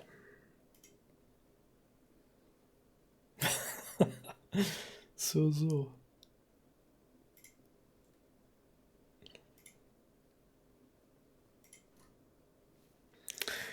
Do I need to send a dispatch ahead of me? Most likely because I'm taking the forest roads again. Oops.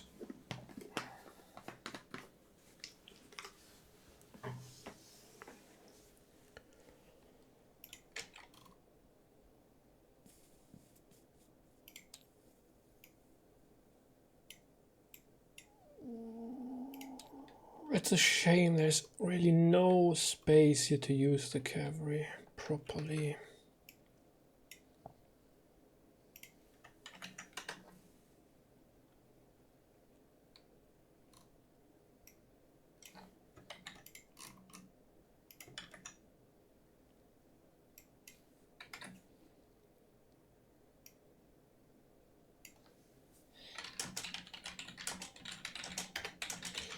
Covered by their lancers. I have received your dispatches and will hurry to the west.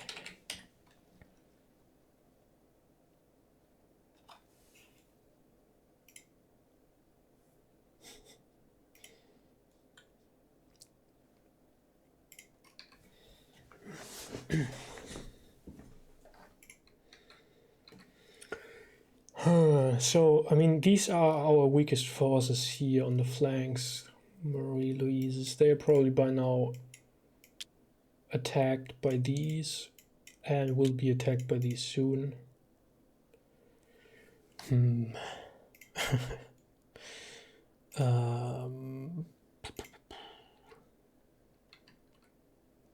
me see, where do they want to pull back to? Alright, General, have any order? Yes, I take all my squadrons and move quickly to the west and then to the on the main road to the south to support my friendly units. Okay, gotcha.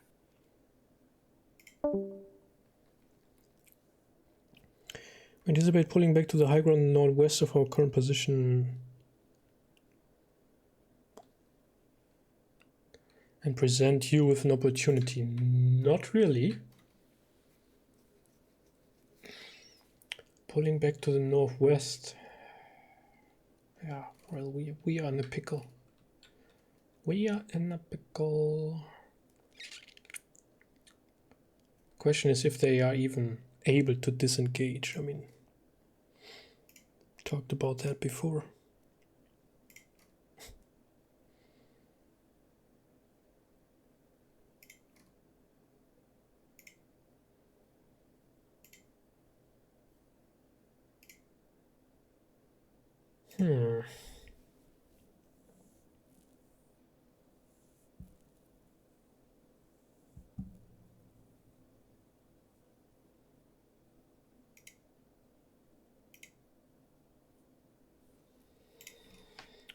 I really don't know. Maybe the Mappa sign position is the way to go. Put artillery here. Maybe there.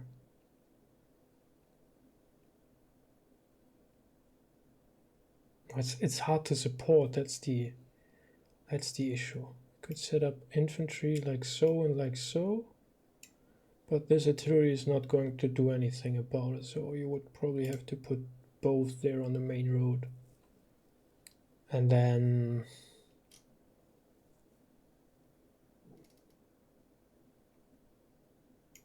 have some forces here and then a reserve of some sorts.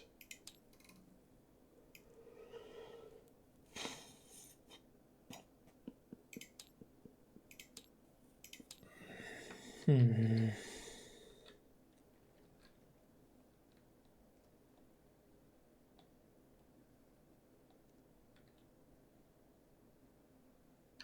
we still got the supply train behind us. I mean, that should be able to get up north quickly again.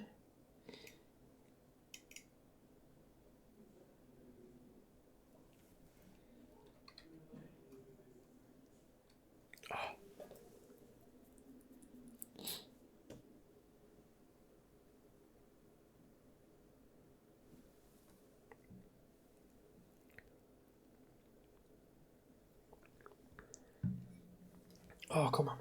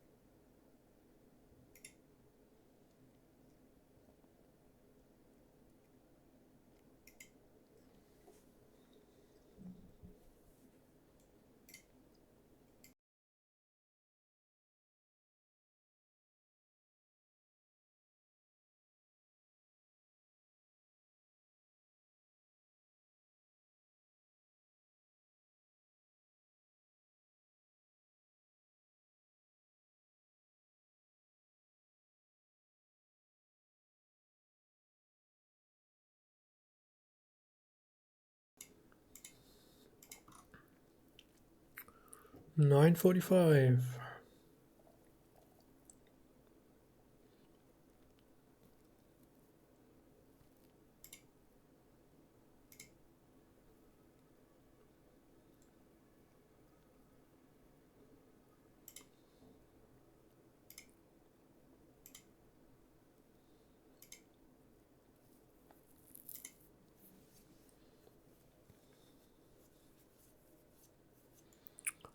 Where are we actually? Ah, yeah, okay. Moved over to here. Seems the roads are good enough to get over there quickly. Don't know what these guys will now do that we are gone. And they will probably start to deploy and attack the flank as well. That's a problem.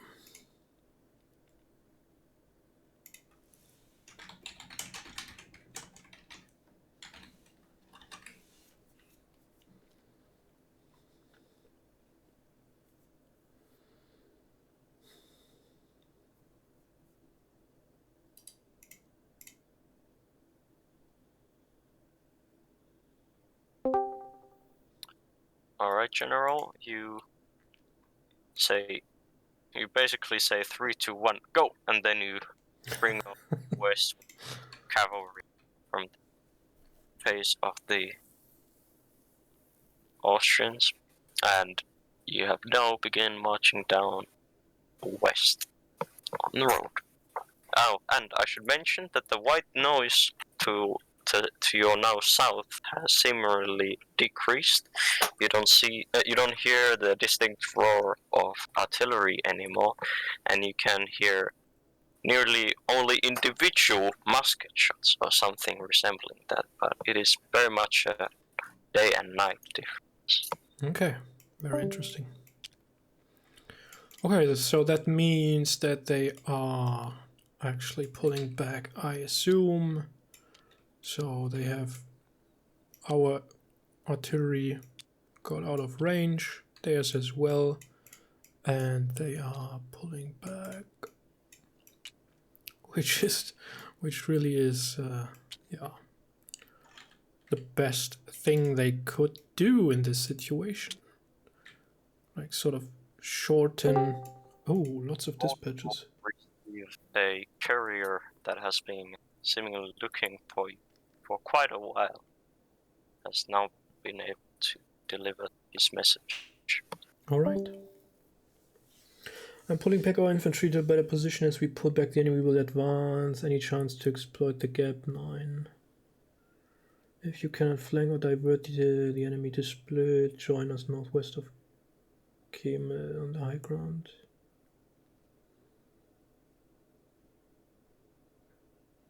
Our conscripts are faltering and I'm trying to rally. Our line regiments are hurting the enemy, or at least something. Ooh.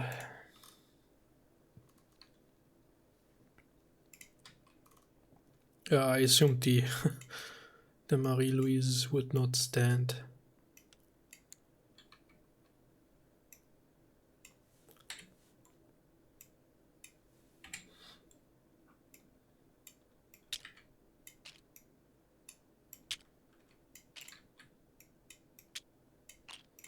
The good thing, so it appears that they were able to pull out, at least pull back. The good thing with that is that enemy needs to sort their lines again. Do you have any orders, sir? No new orders. I will continue west, then slightly south and deploy there on these fields. Gotcha. Wait, it's gonna say we're gonna continue west and to where did you want to deploy? I give you a screenshot of that. Alright, I'll look at that later. I want to deploy on that hill. You know, that hill there. Over there, that hill. It's a bit hard to give precise orders if you don't have indications of location names. So these guns are out of range. That's good to hear. I don't know how far they want to go. In the hills northwest of Kemel would be these two probably.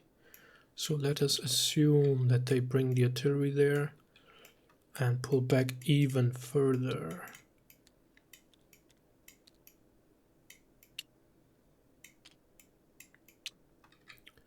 Something like this, maybe.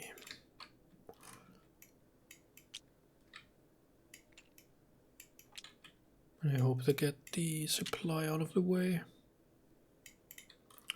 And that there is space for me to deploy and potentially at least threaten the enemy advance. If I can force them into squares and we have the batteries here in position, then that should be a beautiful target for them.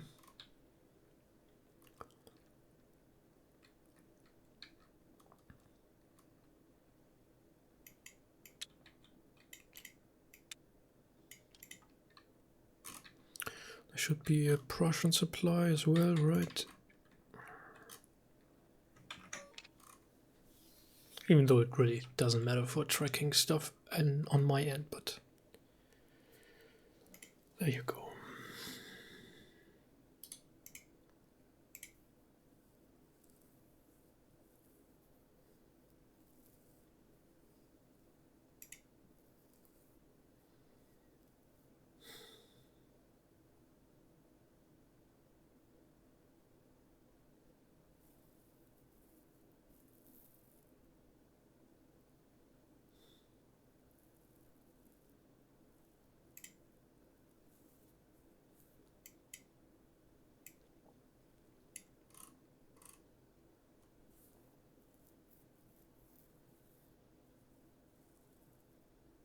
No, I'm just looking at a new briefing which I got for a little campaign game. What if the French invasion force to Ireland actually had landed and was not like if General Osh's ship would not have been driven off by the storm, and then a always indecisive Grouchy would have sat there and were unable to decide whether to actually land the forces or not, and then return to France without having said any. So I think there were some French soldiers actually in Ireland, but I think they then only one of the ships landed their forces there or something like that. Anyways, but they wanted to bring up to 25,000, I believe, and we are playing that out. We have some Irish insurrection forces, and that will be interesting to play out. I don't know if anybody is watching, but so I won't go into detail of what I'm seeing here right now, but we have made some decisions and it looks interesting.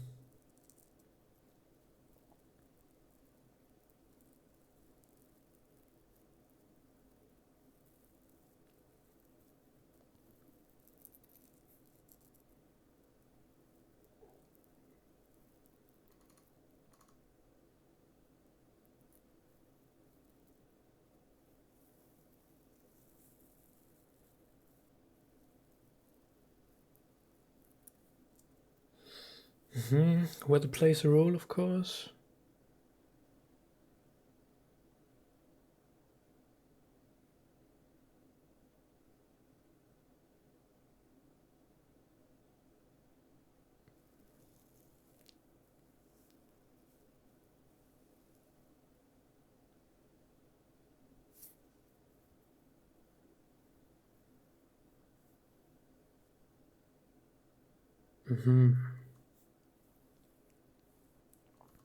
Some interesting challenges there.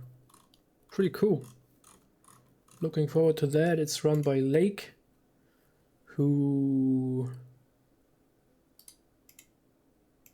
was Lake one of our commanders at Gettysburg? I think so. Which corps was he in?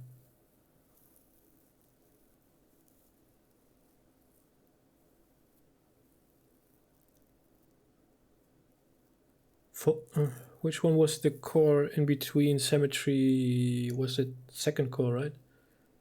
Was he in Second Corps? I think he actually had the Irish Brigade, or was that Ninja? I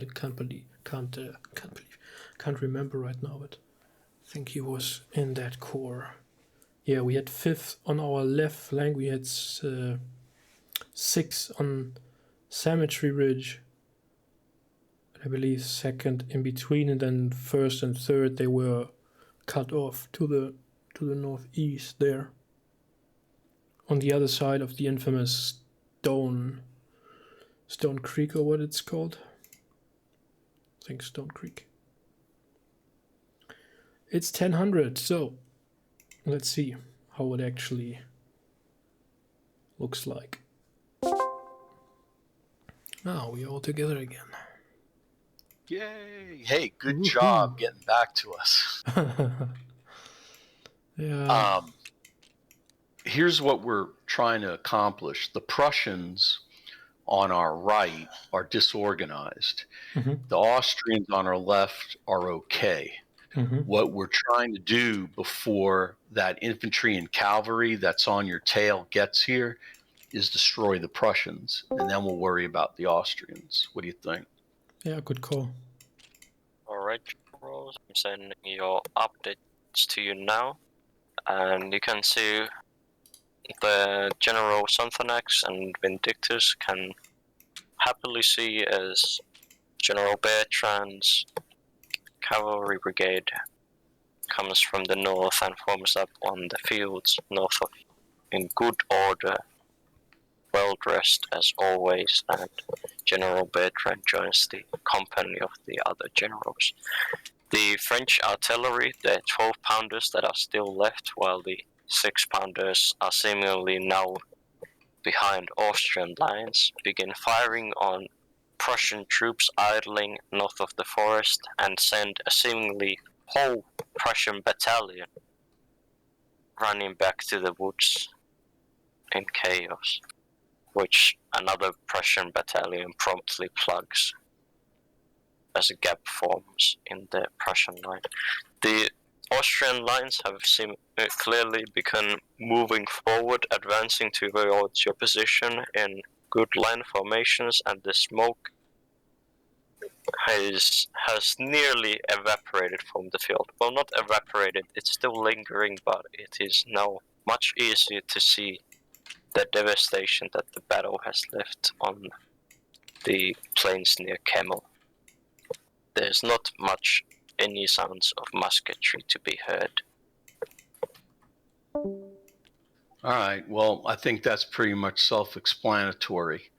So the Prussians, we need to destroy the Prussians before they get any more organized. So General Sonthonax, at your discretion, how you want to do that.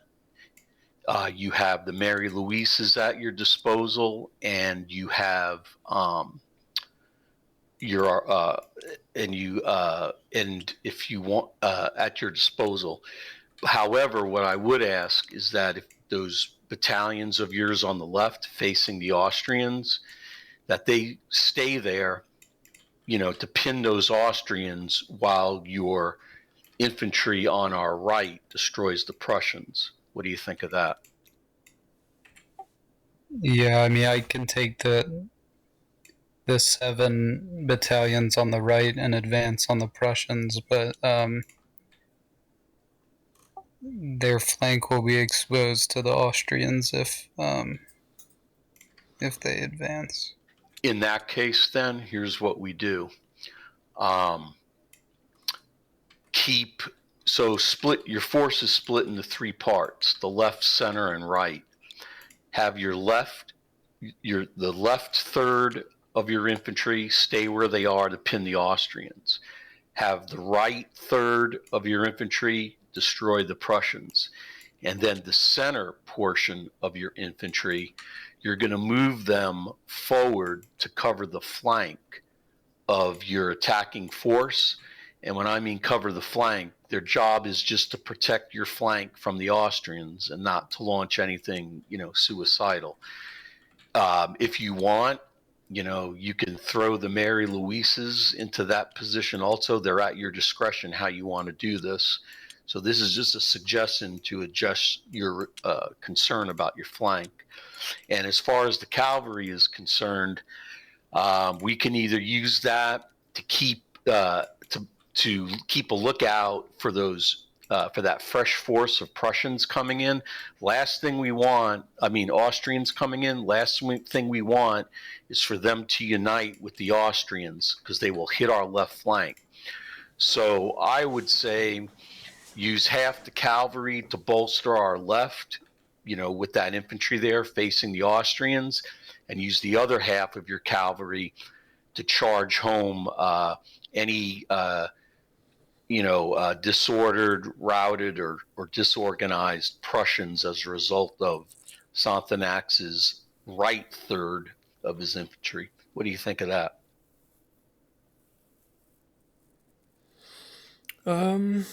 Yeah, sounds reasonable to me. I think they should be 3 squadrons or whatever should be able to threaten the Austrians coming there out of the woods and sort of force them into square if they want to advance, and I take the rest and attack the Prussians if possible. Yeah, if you can swing around the Prussian left while I'm, forcing their center, I think we could make some good progress there.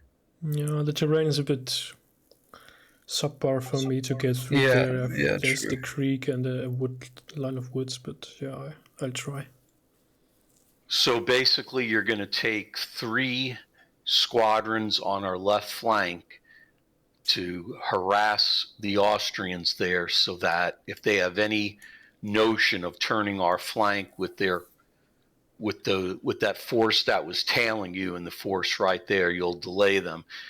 And in the meantime, the left third of Sonthonax's infantry will be doing the same with you, while his center third protects the flank of his right third that's going in to destroy the Prussians. Yep. And then you're going to support him with 3 squadrons as well on that, right? Yep, understood. Okay, so when the umpire comes back, I can either tell him this, or you could tell him your orders to your troops individually. It's up to you. Yeah, I can do that. Same. So everybody understands the plan. Yep. Believe so. So probably the sequence of events will be the first 3 squadrons of cavalry immediately go in to shore up our left. The other 3 squadrons go to our right flank, ready to follow up our infantry charge or infantry attack on the faltering Prussians there, while our center infantry supports that vulnerable left flank of his infantry. Hello, gentlemen. Do you have any orders? Yeah, go ahead. Yeah, go ahead. So the 7 battalions to the right of the artillery are going to advance. The leftmost battalion of that group will cover the flank, while the other 6 advance and assault the Prussian lines down the hill. Yeah, let me just make sure Otto understands what you're saying. So when you look at our infantry line, we have a left flank facing the Austrians and a right flank facing the Prussians. Sonthonax is going to take some of his infantry, the right third of his infantry, and attack the Prussians. The center third is going to protect the left flank of that infantry as it goes against the Prussians. He's going to protect that left flank against the Austrians. His left third of infantry is going to stay where it is and defend against any Austrian attacks on that left. And go ahead, Bertrand, and explain your role. Yeah, I leave 3 squadrons here at this position. They are ordered to threaten, feint charge, or if feasible, charge the enemy if they leave the woods to attack our flank. And I will take the remaining 3 squadrons, move to the west in direction of Mappersheim, then south to support our attack against the Prussians and try to hit the Prussians in the flank. And as far as the Mary Louises are concerned, they are there to be used at the discretion of either Sonthonax or Bertrand, however they feel fit during this attack. Same thing with the artillery. And where will this be off? I'm sorry, say again? Where will each one of you generals be personal? I'm staying right where I am. I'm riding in the attack with my men. And I'm moving with this 3 squadrons to attack the Prussian flank. Gotcha. Well, we're either going to win and go down in a blaze of glory, or we're either going to lose and go down in a blaze of glory. Yeah, I mean, I don't think we can afford to just wait here on the hill. They'll just extend the flanks and get us. Yeah, I think if we cannot break the Prussian brigade, then it's time for us to leave this place. Yeah. Yeah, if in the event we can't break the Prussians, then we're going to have to fall back on Erlerhof. Yeah. Those 3 hills there, you have the 2 hills in front of it, make a beautiful position. Actually, it's like 3 hills. So if we don't break the Prussians, we'll fall back on the high ground southeast of Erlerhof. Yeah, I mean, then we'll probably even have to think about getting out of the situation completely, because we still got the Lancers somewhere. I don't know.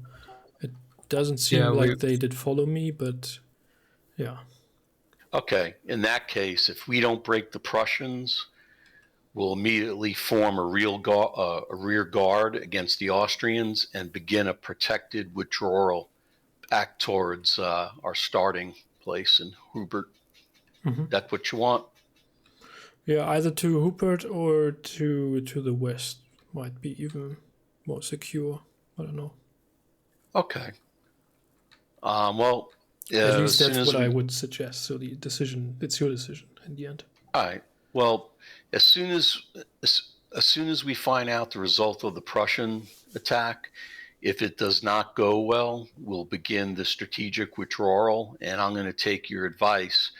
We'll withdraw northwest towards Erlerhof and then west towards Kemmeler. This way, we're moving away from that stronger Austrian force, and it'll keep the weaker Prussian force between us and the Austrians. Mm-hmm. How's that sound? Yeah, sounds good to me. So then the only thing we'll have to worry about is who will make up the rear guard to protect our withdrawal. I guess that would be a job for the cavalry.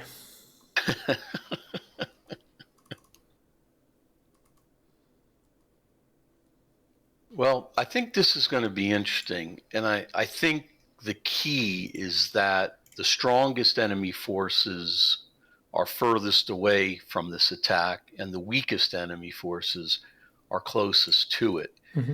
And I think it's all going to hinge on that center third of your infantry protecting the left flank of that right third that's launching the attack. Because if we break the Prussians, I have a feeling battle's over.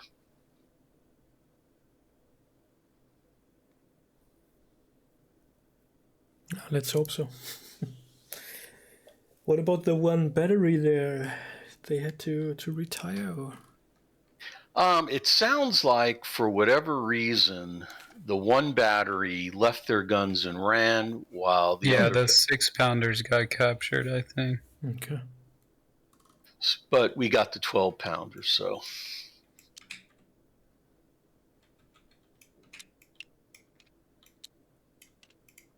Maybe that's what delayed the Austrians.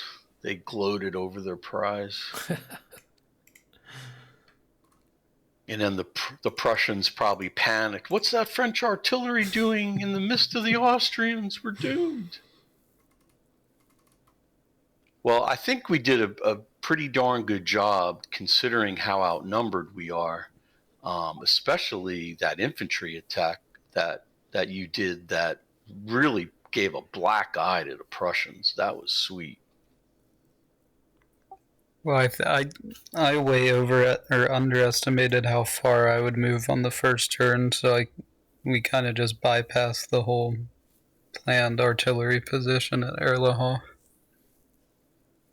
Well, the good news about that is we got closer to the Prussians faster as opposed to slower, which means that it took longer for the Austrians,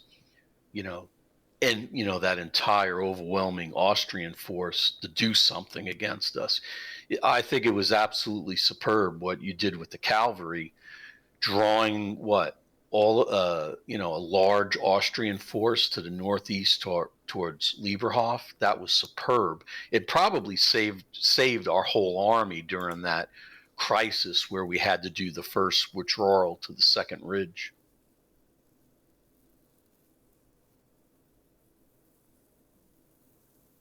No, I still feel the lancers coming down upon us from somewhere. But I don't know. Yeah, I'm sure we'll see them soon. Yeah. The only thing we can do is, since we're on top of the hill and the reverse slopes, is form square with the infantry, and hopefully that'll take the lancers out of the equation. That's one thing about letting the Mary Louises go in on the right flank as well. It gets them away from the lancers should they appear. Mm. Just the sight of them will rout them. Yeah.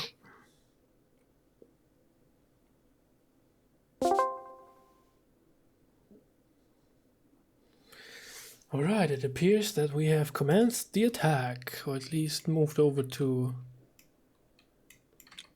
the west.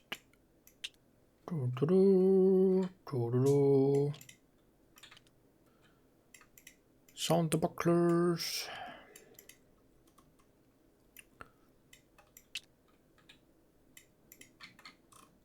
Will be looking something like that. Spawn some smoke again. And bring them in assault columns if you can.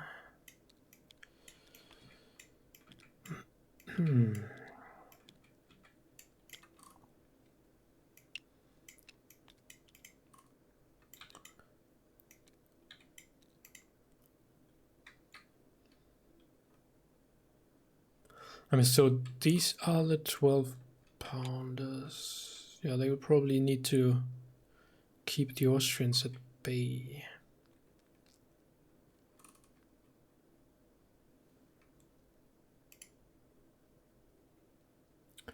We are already upon them. We are upon the enemy. Chargez! Vive l'empereur! Vive l'empereur! So apparently, I mean, it doesn't matter for you watching, but apparently this is the flank battalion which has the commanding officer. So they are now sort of here in the woods, it appears. Then we have a routed battalion. This battalion is routed.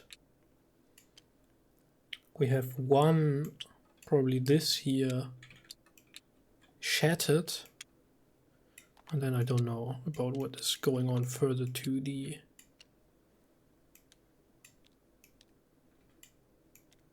east. But what I can see is that the French are going strong. Some are running low on ammunition, but who cares? We are sort of sitting on the edge of the woods. Alright, General, you head off with your 3 squadrons, and you see General Sonthenex on his horse leading the friendly infantry bayonet charge. You work quite well in synchronization with the friendly infantry attack as you flank the enemy infantry peeking out of the woods. The General Sonthenex charges with their men, and the enemy infantry is soon in chaos as many men run to the woods and some Prussians seemingly stay to fight to the death or outright surrender.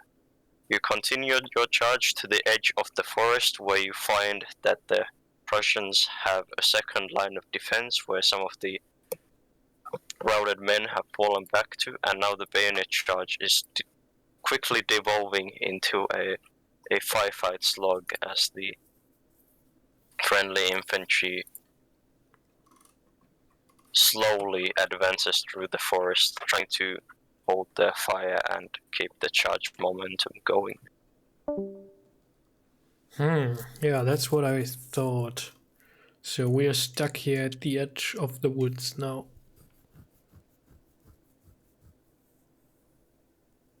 Where to go? What to do? Maybe secure their flank now here? Oh, that should be a good move. Let the infantry keep up the fire and the pressure, and I assume they... Let's assume and hope they overrun another unit, maybe. So I'm going to move back around and provide some juicy squares for the artillery to pound their canister shots into, right? Yeah.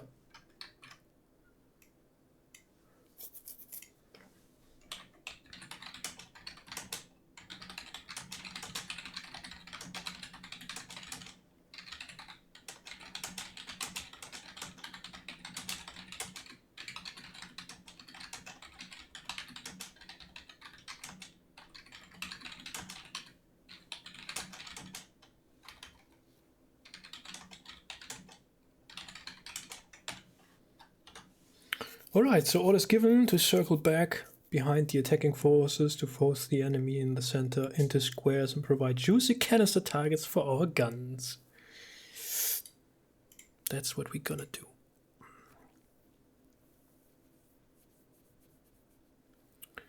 Perfect.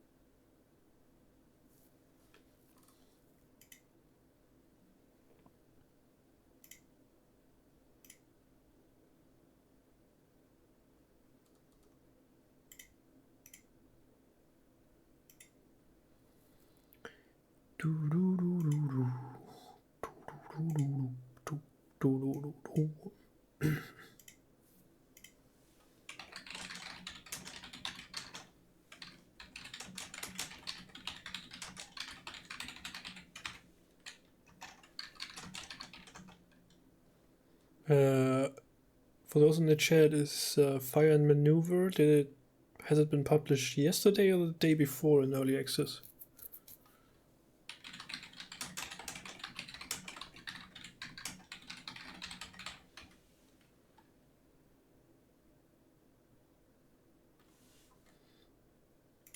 Who knows that real quick?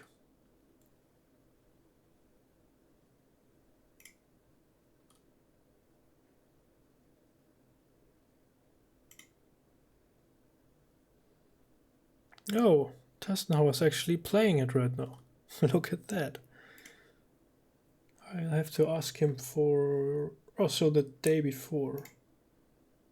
Okay, so...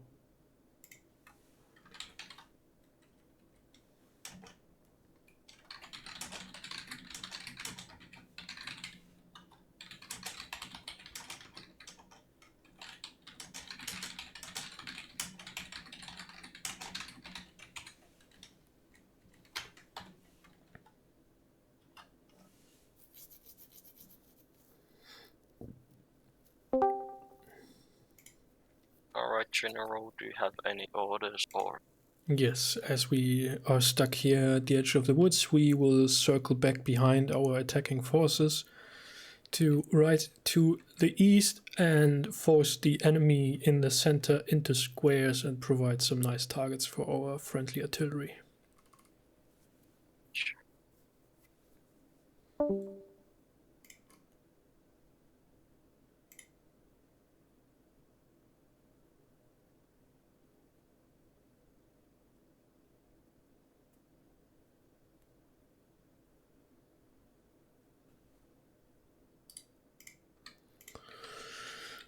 Well, let's see how that plays out.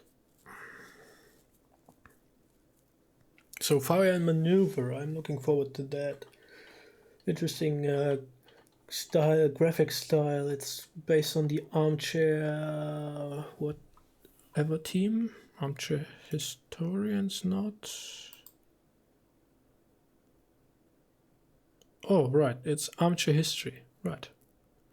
They have this YouTube channel where they use basically the same sort of comic style graphics. And the actual battle maps then look a little bit like the Ultimate General maps. It's focusing on 20th,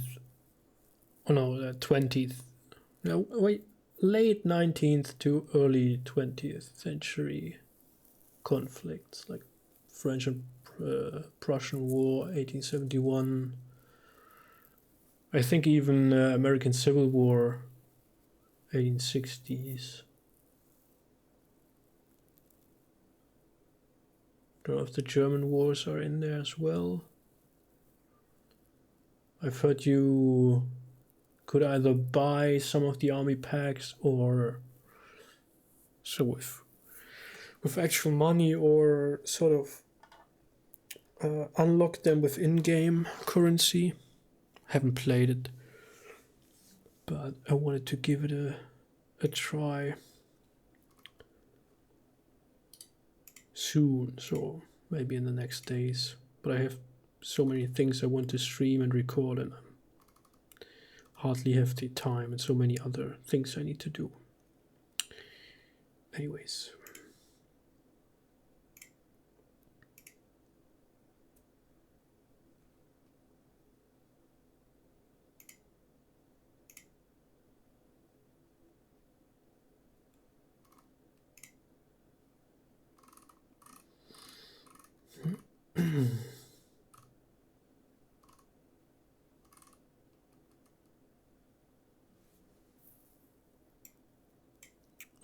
All right. I'm eager to see if this second charge attempt is going to pay off. It's not actually a charge, but, you know, threatening the enemy.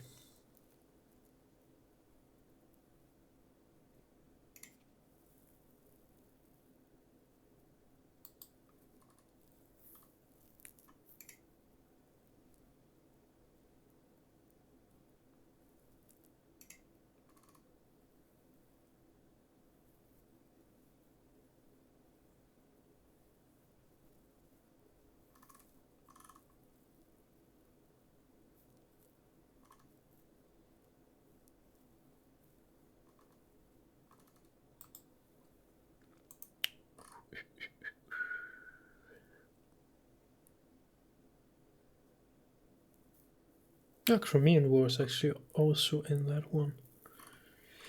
Yep. Looking forward to trying that.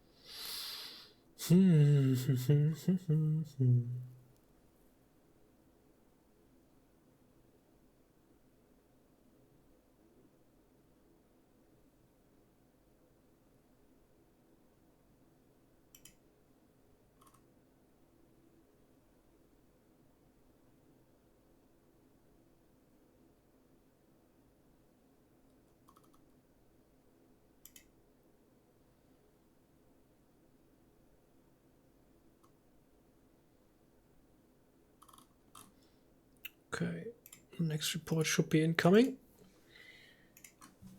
10:30. Let me get some fresh air again. I think the barbecue outside did stop by now. Yep.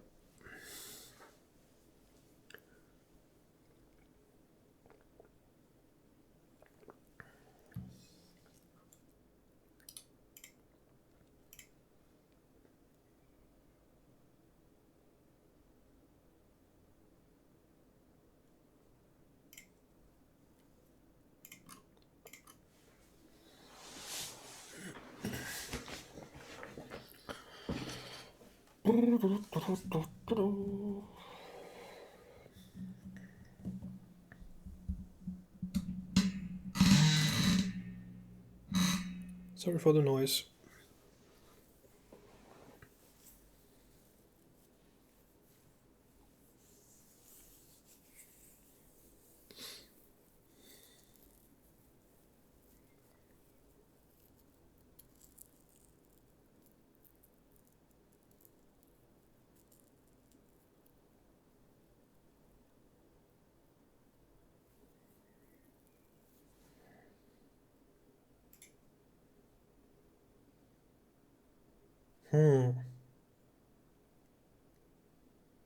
They even...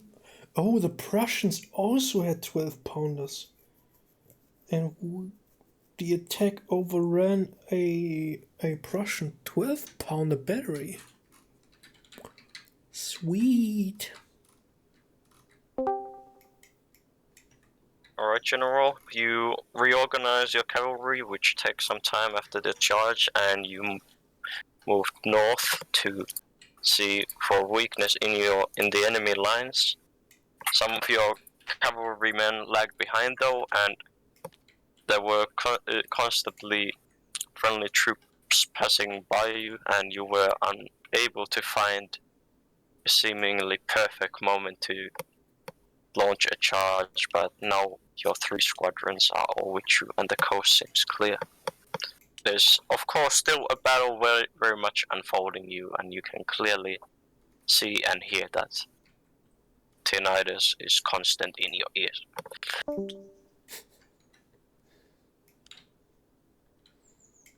I like the narrative reports Otto gives. That's a nice feature.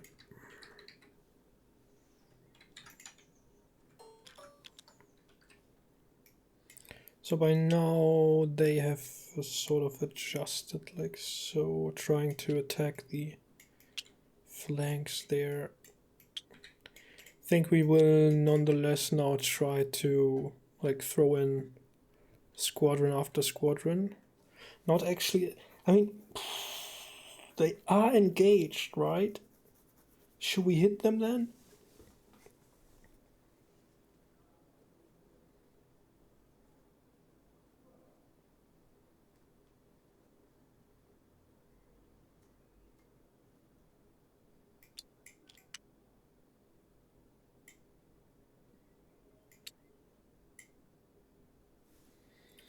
Should we hit them or should we not?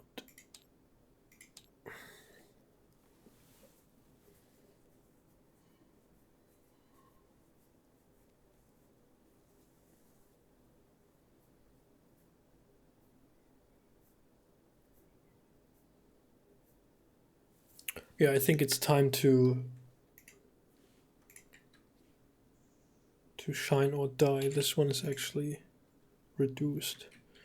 So let's get us into 3 waves and then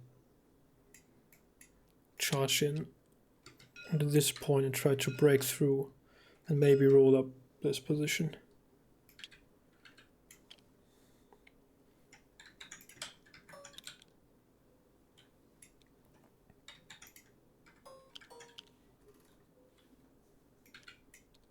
I don't know what these guys are doing, but I hope they are doing well and that the lancers are not springing a trap into their necks.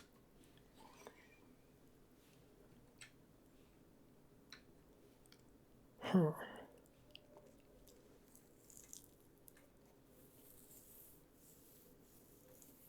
I guess I do the attack. Yeah, let's do the attack. Can I get this even smaller? No.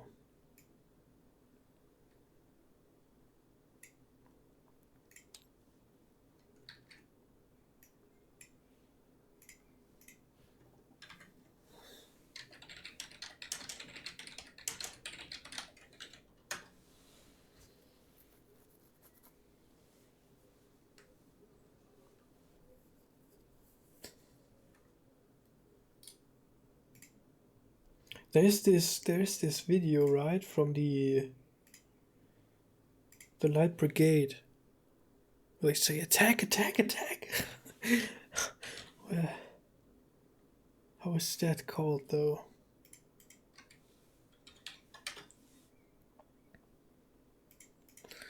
Charge of the light brigade. Alright, General, do you have any or?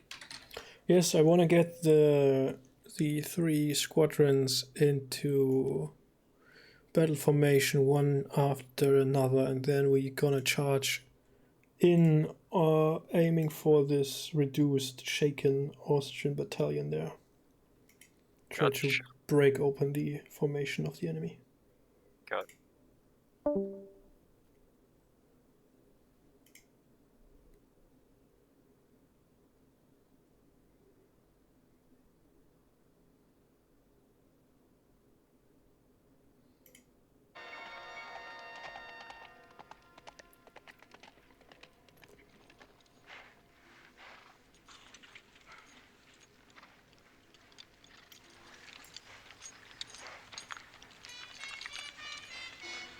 you execute Lord Raglan's orders, my lord?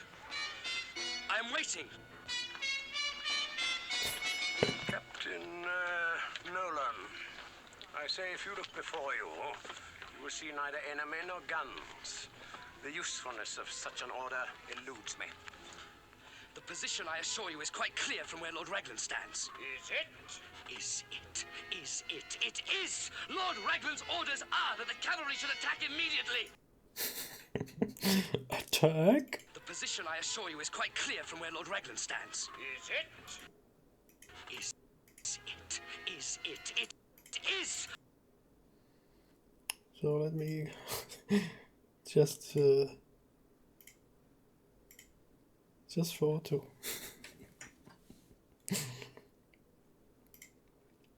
Lord Raglan's orders are that the cavalry should attack immediately! Attack, sir! Attack, attack, attack! Attack what? Attack where? Guns, Mr. Nolan! There! There, my lord! There is your enemy! There are your guns! Oh, hilarious. Alright. Hope that puts a smile on Otto's face. I mean, you know, the charge of the Light Brigade was rather devastating in the Crimean War. They charged the guns, the Russian guns frontally, and were just shred to pieces. But yeah, I like this specific scene there, where they are saying attack, attack, attack, attack. Attack where? Attack who? That's great. Great stuff.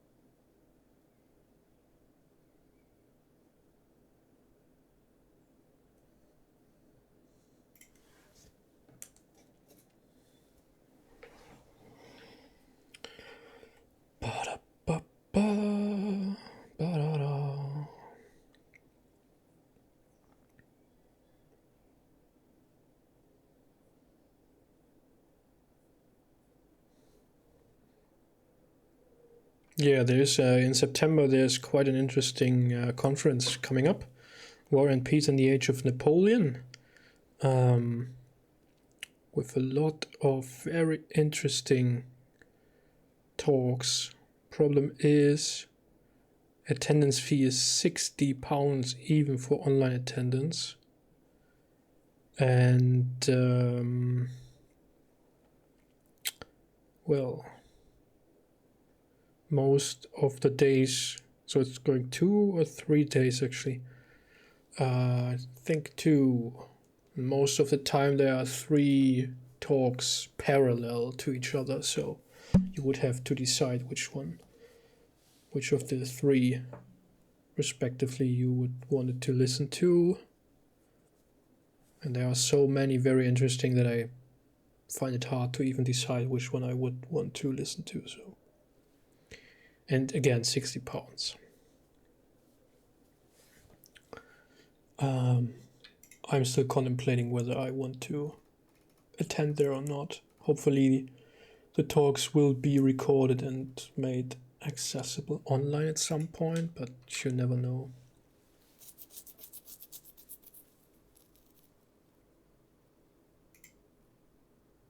Lord Raglan's orders are that the cavalry should attack immediately! Attack, sir! Attack, attack, attack! Attack what? Attack where? Guns, Mr. Nolan! There! There, my lord! There is your enemy! There are your guns!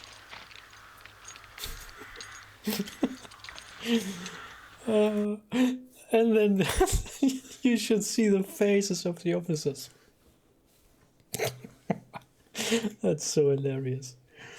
I should maybe make I need to set up a new bot for the stream anyway, because the Streamlabs bot, the cloud bot, appears to be not working for me anymore. And I wanted to switch back to OBS Studio anyway, so a command that just plays this video like attack, attack, attack. That's just great.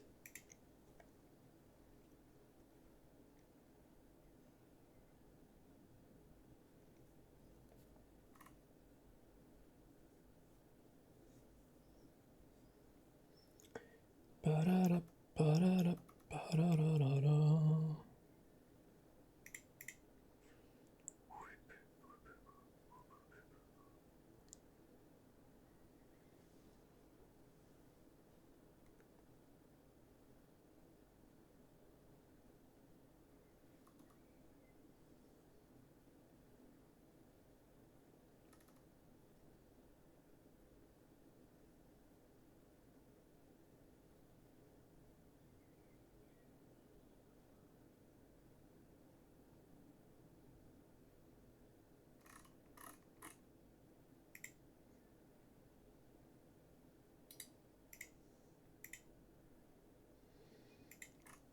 And the next report is imminent.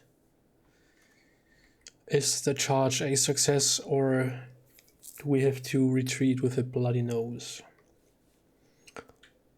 I hope it did hit the weak spot there.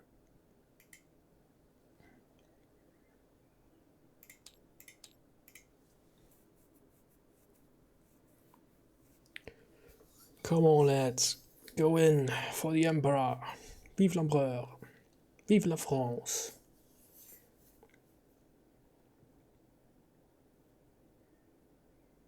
And no onions for the Austrians.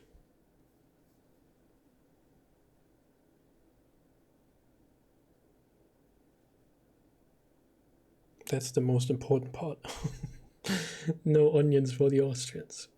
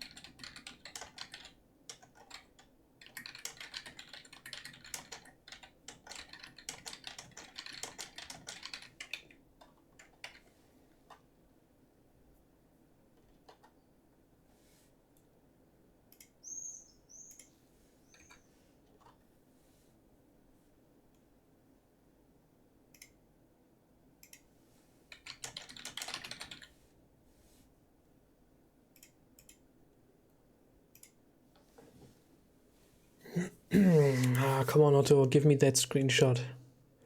Give me that screenshot. I want to see if we did succeed.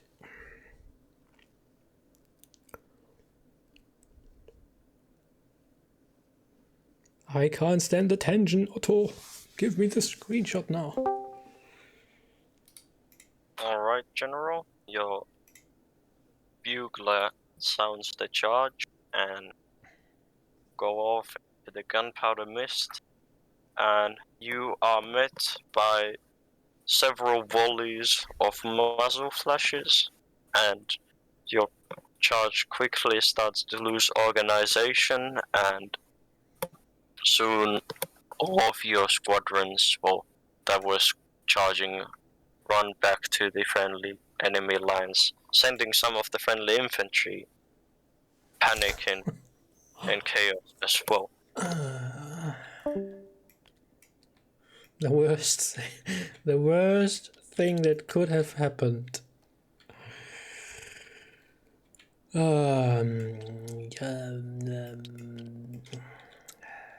That's not good, is it? So we are sort of routing through here. And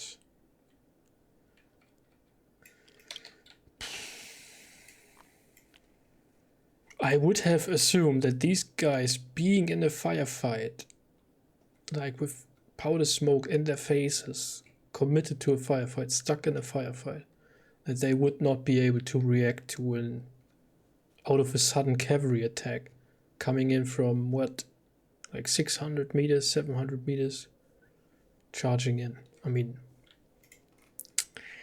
that sounds a bit dubious to me.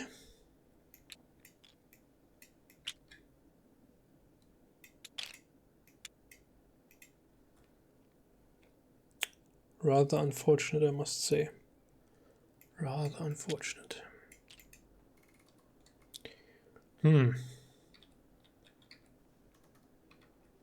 I like that the friendlies are routing in effect as well. That's a very good way to implement morale cascade stuff, morale impact on troops, friendly and enemy troops. But I would have assumed that this attack against a committed unit, a shaken committed unit, would actually, with 3 waves, 3 waves. If the first breaks, alright, but how many men do I have in a squadron? 100?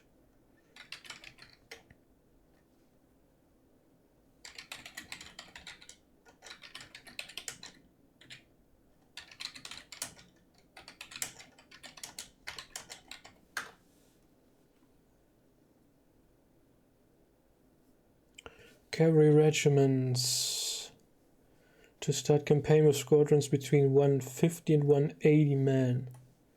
So yeah, about 100 in the field would be the one. So I have 300 men charging in, and they are all pushed back.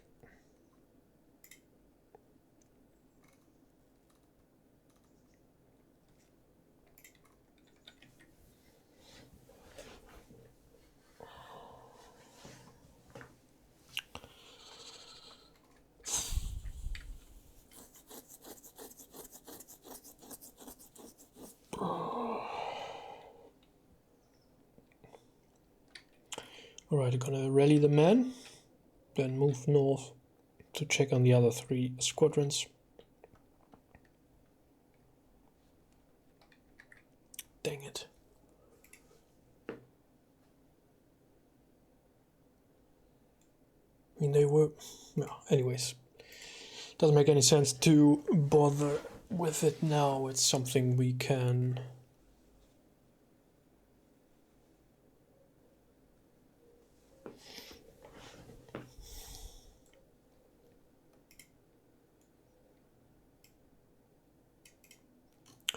Another dispatch. So that's what I wanted to say, is that's something to discuss afterwards in the debriefing.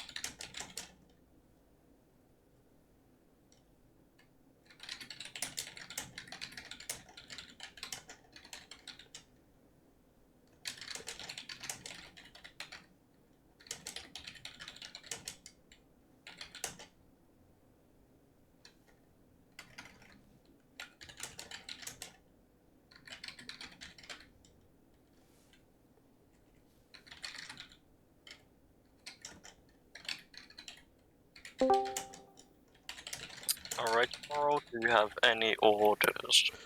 Pull back my men, reorganize them, and then I will personally move up to check, see what the other 3 squadrons are doing. Gotcha.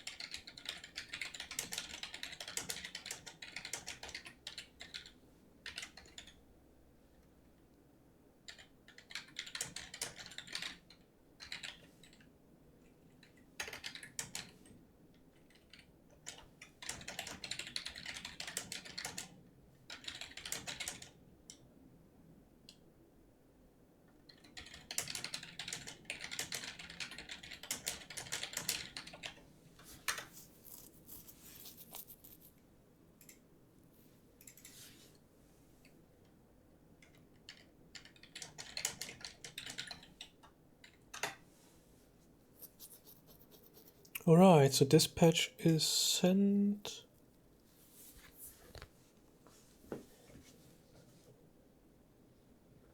We should be pretty close to my position actually, but I'm in the combat situation, so there's that.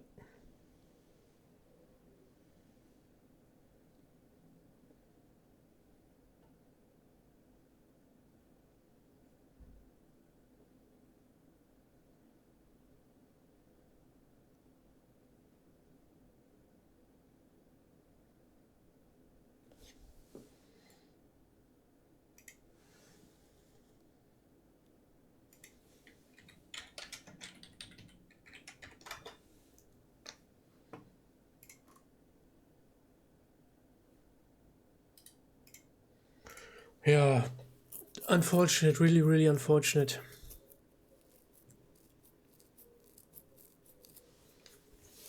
Still not convinced how the hell they would have been able to react to that attack, but that's the decision Otto made, so we will discuss it in the debriefing after the game is cold.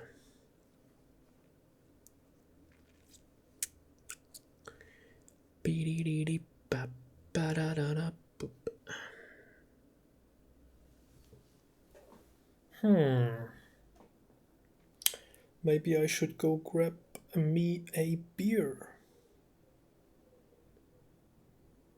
That's what I'm going to do. Back in a second.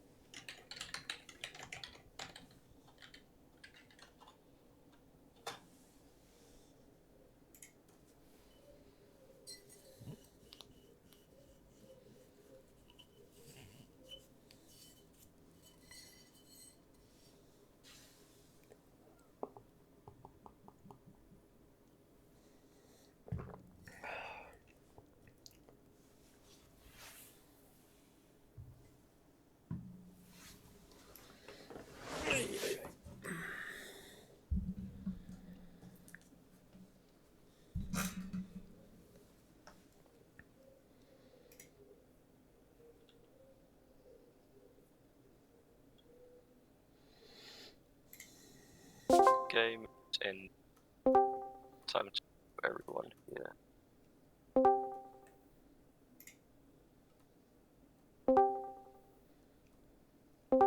There we go, the game has ended.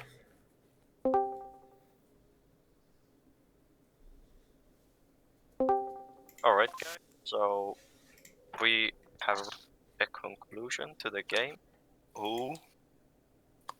The server is hosted on tabletop. You can join the umpire table. It's called IKS Kriegsspiel Umpire. Password is Kriegsspiel. I'm gonna write that in general. Would someone be so kind to stream that for me? Yeah. If someone has good internet and can join the tabletop game, that would be great, because my internet is do that, yeah. enough. I don't know if my internet is great, but I can try. We'll have several people join here, so. Somebody will take care of it. I'm on a hotel Wi-Fi. Who knows how good it is? Yeah, I'm on forest Wi-Fi. It sounds better.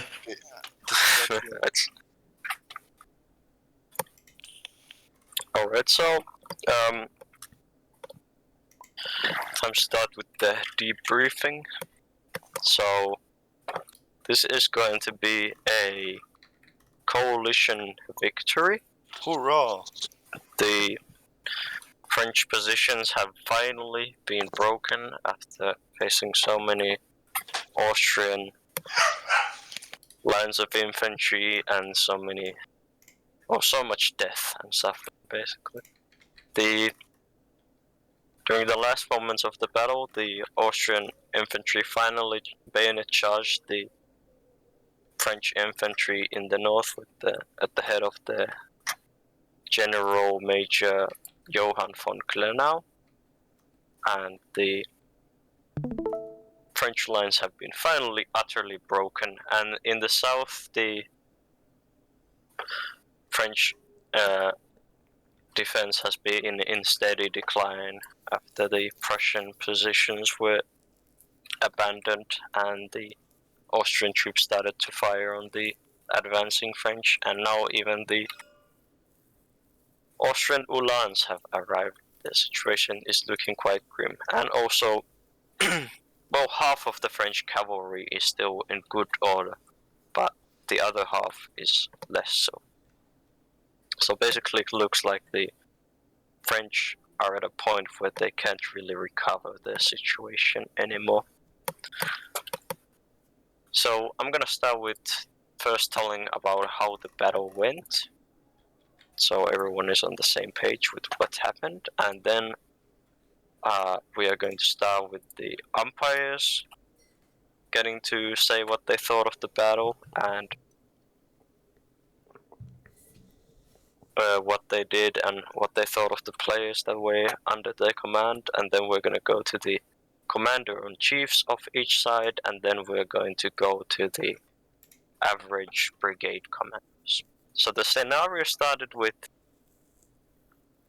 an encounter, I guess you could say. There was a coalition column over here stretching from Langenswalbach to Kemmel, and then you had a French column that was around Hubert, camping out, and the French troops or French side were in a bit of a disadvantage in the scenario. Well, they were basically defending, but they were numerically inferior and likely in quality as well. And the French had a decision that they could, during the last evening's twilight and during the night, deploy their troops somewhere. Basically decides the deployment of the troops quite freely, without, of course, bringing them too close to Kemmel, which was basically the front line, as both sides' cavalry scouts were still in that area skirmishing. And the coalition side as well had a quite free deployment as well as they could in the twilight and in the night decide where to deploy. And they decided to deploy their forces in these two villages, and here's for the Prussians down in Fatzelheim. I guess it's how it's pronounced. The French started with a column of their main column of infantry. The French had 2 infantry brigades and a light cavalry brigade, and this infantry brigade was ordered to march down here to Kemmel at daybreak, and the French cavalry was screening their advance and also had some squadrons deployed here in the forest. The coalition columns, meanwhile, the Prussians were marching up this road to Kemmel, and the Austrian cavalry was marching down this highway to Kemmel, and the rest of the Austrian infantry was marching over here from the east to Kemmel. So both sides started forming battle lines quite quickly against each other. The Austrians taking positions already in Kemmel itself.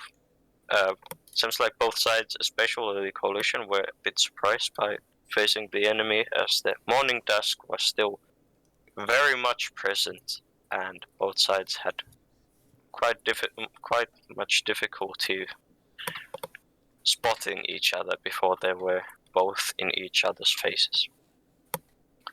The French formed to a battle line themselves around here on the hill northwest of Kemmel, and they sent their cavalry to flank around here from the northeast, which was unfortunately met by the Austrian infantry and cavalry brigades, one of each, and the path for the French was quite decisively blocked, and the French cavalry wasn't really able to, how would you say, advance and threaten the enemy rear. Meanwhile, in the center, a battle began as the Prussian troops began descending on the French positions. The battle through the forest was a slow and a grueling one. The Prussian troops not quickly, but throughout the battle in the forest, lost much of their ammunition in the thick fighting, and the men became quite tired, and the French were forced back, but the Prussian forces lost quite many men in the process, and many of the men lost their will to fight. In the center, though, northwest of Kemmel, the Austrians also began their attack a bit later than the Prussians, and were steadily pushing back the French positions and hammering them with artillery. And the French ordered a general withdrawal at one point from the hill northwest of Kemmel over here, and they reformed a new battle line on the hill northwest of it. And the coalition forces, most of which were quite tired after the slow fight to the French positions, stopped their advance, and the battle reached quite a calm point. And once the French had reformed their forces, they decided to start a decisive counterattack into the weak Prussian forces in the forest, at the lead of General Sonthonax and General Bertrand, whose cavalry had now arrived after being stopped by the enemy forces and had now come to help the friendly infantry in their counterattack. And the Prussian forces were pushed back, and the attack went quite well, but the second Prussian battle line halted the French attack in the forest, and the attack bogged down. Meanwhile, in the north, the General Major von Klenau was trying to gather his men around to get his men to stop the slugging firefight and have it turned into a bayonet charge, but without much success, unfortunately. In the center, the French cavalry decided to do a counterattack on the seemingly weak Austrian center, but were unfortunately pushed back by the Austrian infantry.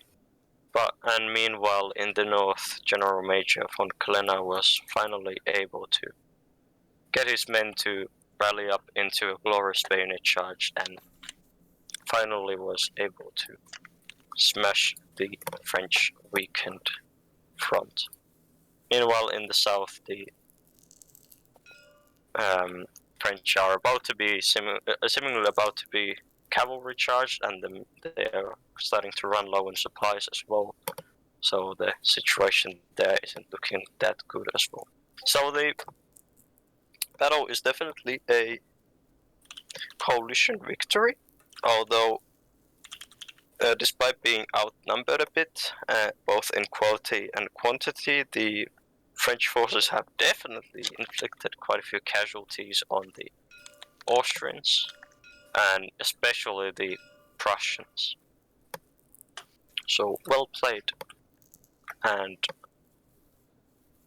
thanks to my umpires, I had Sipiak and Chris, who were both first-time umpires. There was a bit of took a few initial turns to get a hang of things, but I think towards the end it was going very well, and their turns didn't really slow down too much, in my opinion, at any point.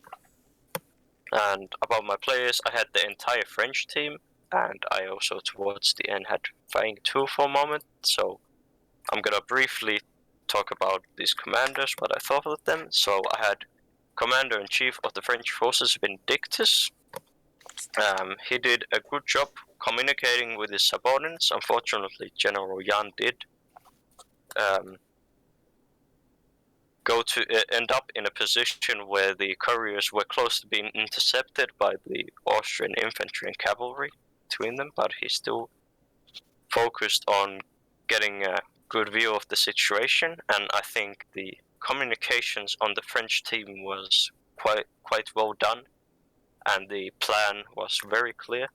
The counterattack, especially towards the end against the Austrian positions, was quite well executed. It seemed it could have not gone any better than it did, at least the planning of it. And then I had General Sonthonax, who was leading the French infantry. General Vindictus had given both of these infantry brigades under his control, and Sonthonax, I think, did quite a good job leading them. He kept his force in one place and formed up a good line of defense as ordered, and he led his men in a glorious charge. Nothing to complain on his end. And then I had General Bertrand, who, with his cavalry, screened the friendly advance, and when he saw the coalition infantry emerge southeast of Camel in the beginning, he decided to quickly grab the initiative and go flank the enemy from the northeast. Unfortunately, that did not work out for him, and when he was stopped by the enemy infantry and cavalry, he wasn't present with his command, but he quickly came back and ordered them to reroute. So much of the French cavalry didn't do much. Both sides' cavalry was basically facing off each other for big parts of the battle, but I think General Bertrand did, once he came back to the friendly forces with his attack against the Prussians in the south, I think he performed quite well. Unfortunately, the Prussian second line of defense was in wood, so he wasn't able to progress, and he did try to salvage the situation where he could when he tried to counterattack the Austrian center towards the end, which unfortunately did not work out for him. But he wasn't leading cuirassiers really. And last, I had Fang 2, whose umpire had to leave towards the end. I heard that Fang 2 didn't really. He was leading the Prussians. I heard that he didn't really have that much experience with Napoleonic warfare, but I think he did quite well. Maybe there was some new play confusion, but I think he got stuck in real quick in the forest against the French and started putting in the effort for his team every chance he saw. So nothing to complain about Fang 2. He also fell back as he saw the situation worsening, so it was quite well played for a first Napoleonic game. And then let's move on to the next umpire, Supiak, so you can tell about what you thought of the battle conclusion and about your players briefly. Yeah, nice battle. As you can tell, it's my first time umpiring, so I can't really compare it to anything. It's been pretty hectic for me, so I missed a bunch of messages. I've thought these green fields were lakes. I was routing people around them. And about the battle, I think you already mentioned the general flow of it, so I guess I could mention my players. Had Merlin, who has done a good job holding the center, deploying reserves, sending messages about the developments to his teammates. I think he's done a great job holding the center there. And we also had the General Major, Ninja Bushido, who has been giving me a hard time with all the different orders. But they were all well thought out, I believe. Right? Just committed all of his troops effectively, first deploying the artillery on this hill and handing it over to Merlin so that he could fight the French infantry before it had ordered to retreat. Then moved some of his units through the forest to start a new line over on this hill, which turned out to be decisive as it earned the Prussians the road, which they could use to redeploy and form the line here, leading into the glorious charge. At the end, of course, can't forget that. And also the second battalion that went north into the forest ended up intercepting and preventing the flank from the French. So I think that was very well played. That's all I have to say. Yeah. So let's move on to the commander-in-chiefs. Let's start with the victors, and that would be General Major von Klenau. Yes, feel. Well, our plan was very simple. I mean, I was a bit confused because we thought the enemy was much further away, so we weren't planning on encountering them quite so soon, but it ended up working. We were planning to simply march up the road and engage the enemy, so just concentration of force and then meet the enemy. We had the luck of many parallel roads, which is maybe where we had initially a bit of an advantage, because we have more troops there right away from down here as well. While I don't know, but if they came up from, we were told they were in Hubert, I believe, so there's only really this one road from here at least. Maybe that gave us an advantage. And then it went very well. It was a bit strange commanding 8 battalions and commanding the whole side. But I ended up giving very open orders to my regiments, and then I traveled around a bit, like along the whole front, trying to get an idea. It went pretty well, I think. We got lucky with the cavalry up here.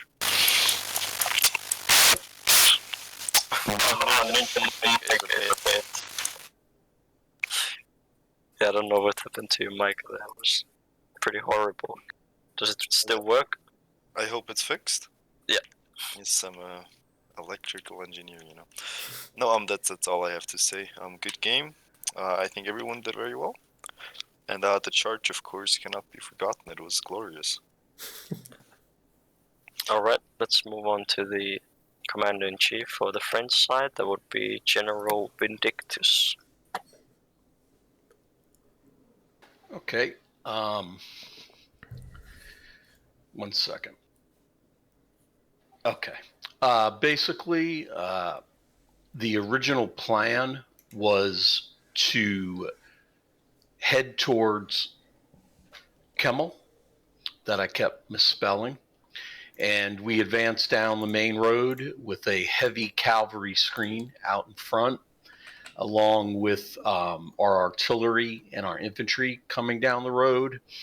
The initial plan was, once we knew where the enemy was and dispositioned, our plan was to basically destroy it one piece at a time, but not as a whole.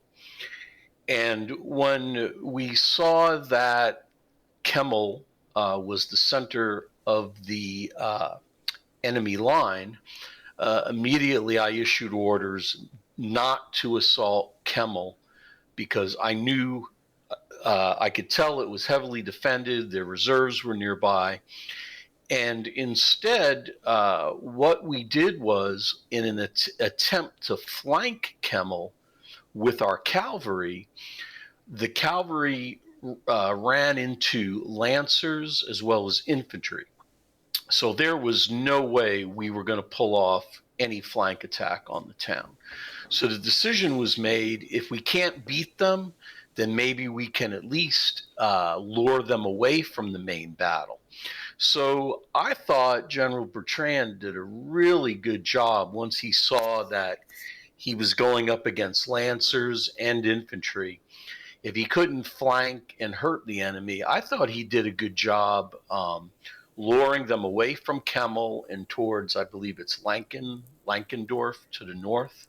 And the reason why I say he did a good job was it seemed like he effectively removed a third of the enemy force from the main battle, while depriving us only about a quarter of our main force, that being the cavalry, which, because they were hussars and not lancers or anything heavier, really weren't going to be able to do much other than that. So where it got really interesting was it got very precarious in front of Kemmel. And it was decided that before we lose control of the battle, because we're so outnumbered, we made the decision to withdraw to the first line of hills north of Kemmel and set up a very strong defensive position there. And the mindset was, if the Austrians want to attack us, let them charge uphill, let them march uphill while we're shooting at them. And we'll tire them out and we'll cause them immense casualties, to the point where if they do close with us, they would have paid a heavy price. What we did not expect was the Prussians to so quickly become disorganized, and that was a low-hanging fruit I could just not ignore. So I made a decision to recall the cavalry, since we had lured 1/3 of the enemy force away, and immediately rejoin us.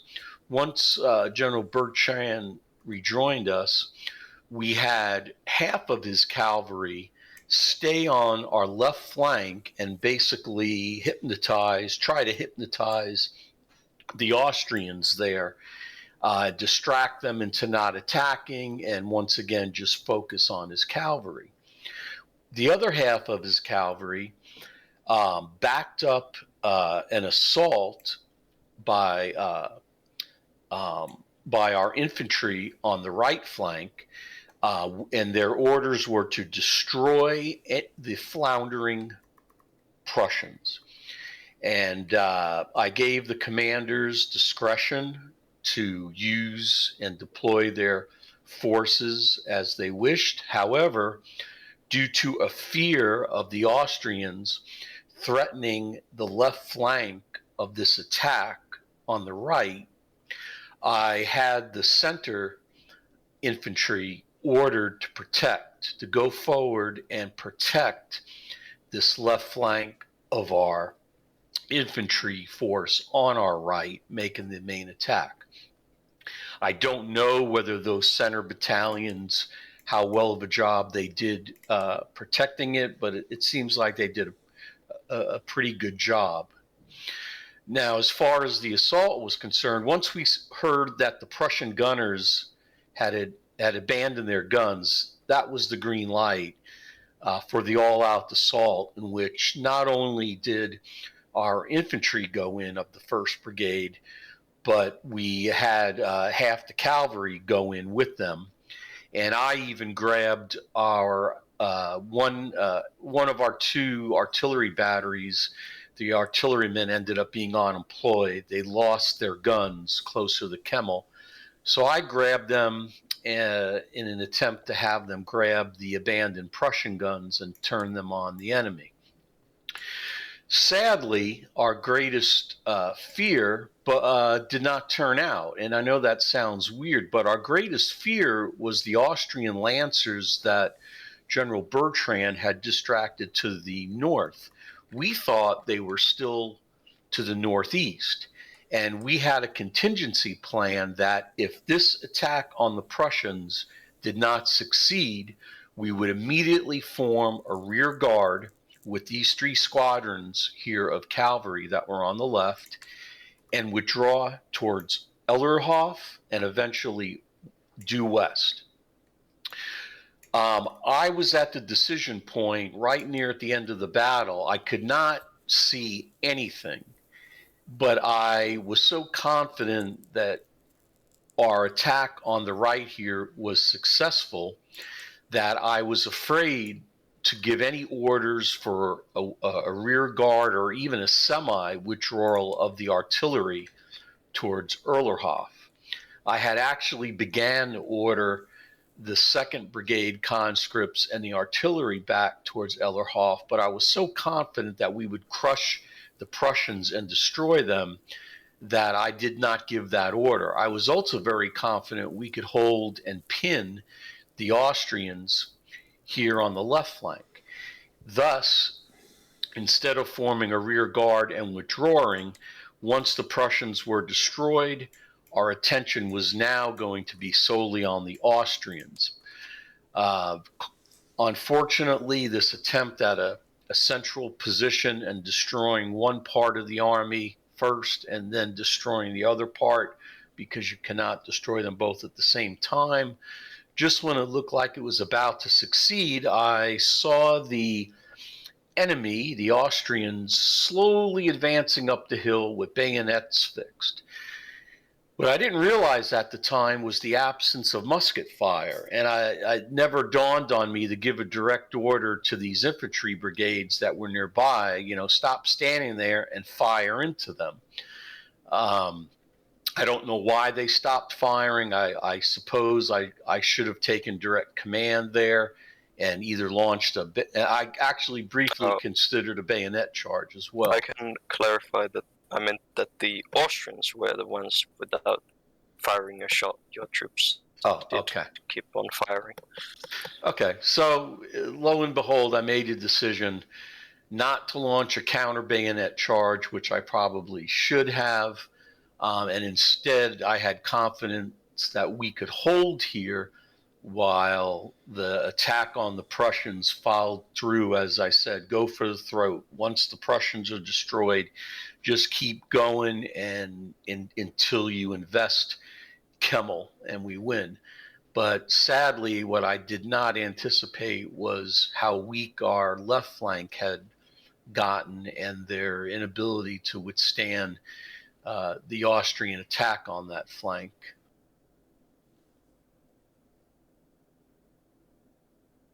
All right, so let's start with the junior commanders. So let's start with the Victors. Start with Nick, the okay, not going in order actually, but yeah, let's go with Nick, the leader of the Austrian cavalry, which I don't think unfortunately got to charge even once during this game.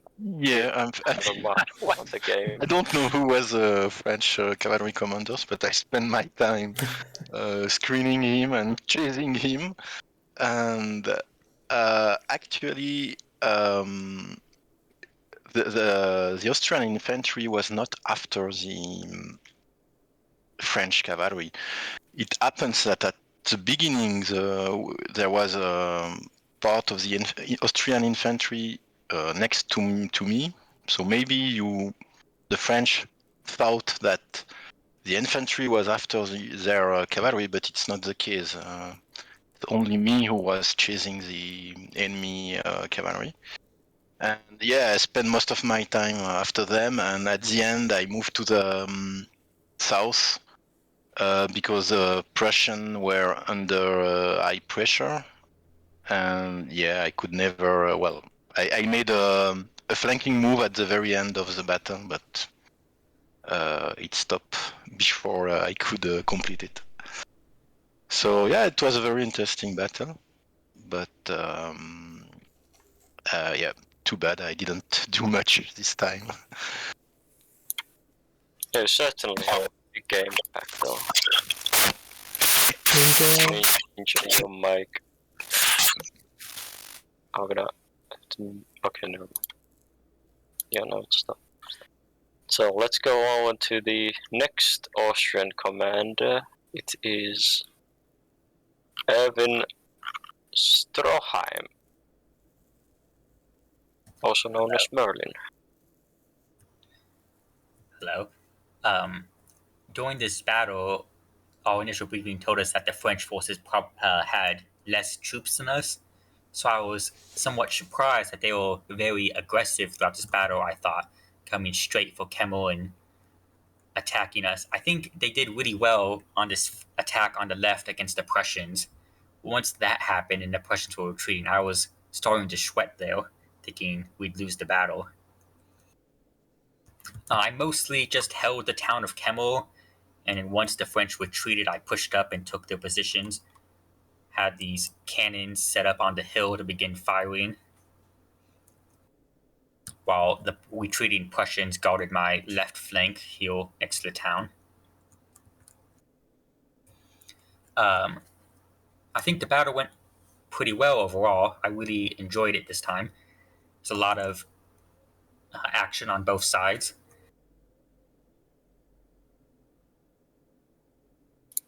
Alright, looks like Buying 2, who led the Prussians, is still writing because he doesn't have a microphone and what he wants to say, so I'll say what he wants to say later, and now let's move on to the... Okay, so Buying said, yes, I went straight in because I saw a chance to sweep the French flank and didn't know how fast I would run out of... Yeah, your troops were in combat for large portions of the battle, initially at least, and was quite tiring for the men and to their ammunition supplies. Otto, put your pen away. Or is it your mouse that is so loud? Oh, I think, oh yeah, I was right next to my mouse right there. Okay. Yeah, okay, let's move on to the French commanders now. General Bertrand, who led the French cavalry.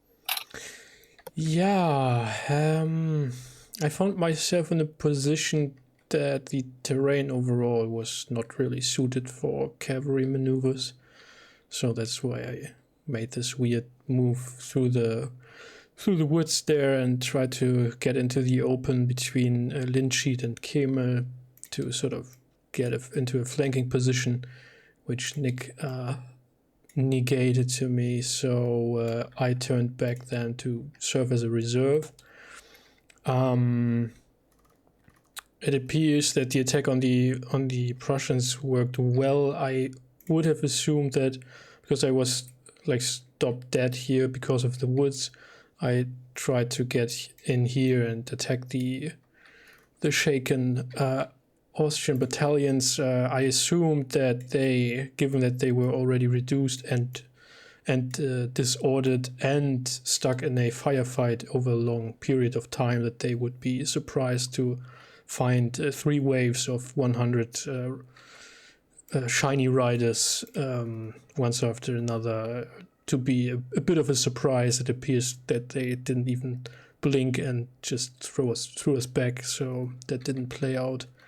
But as I can see the overall situation now, that wouldn't have changed anything actually. But yeah, I was a bit didn't really know where to put myself given the terrain.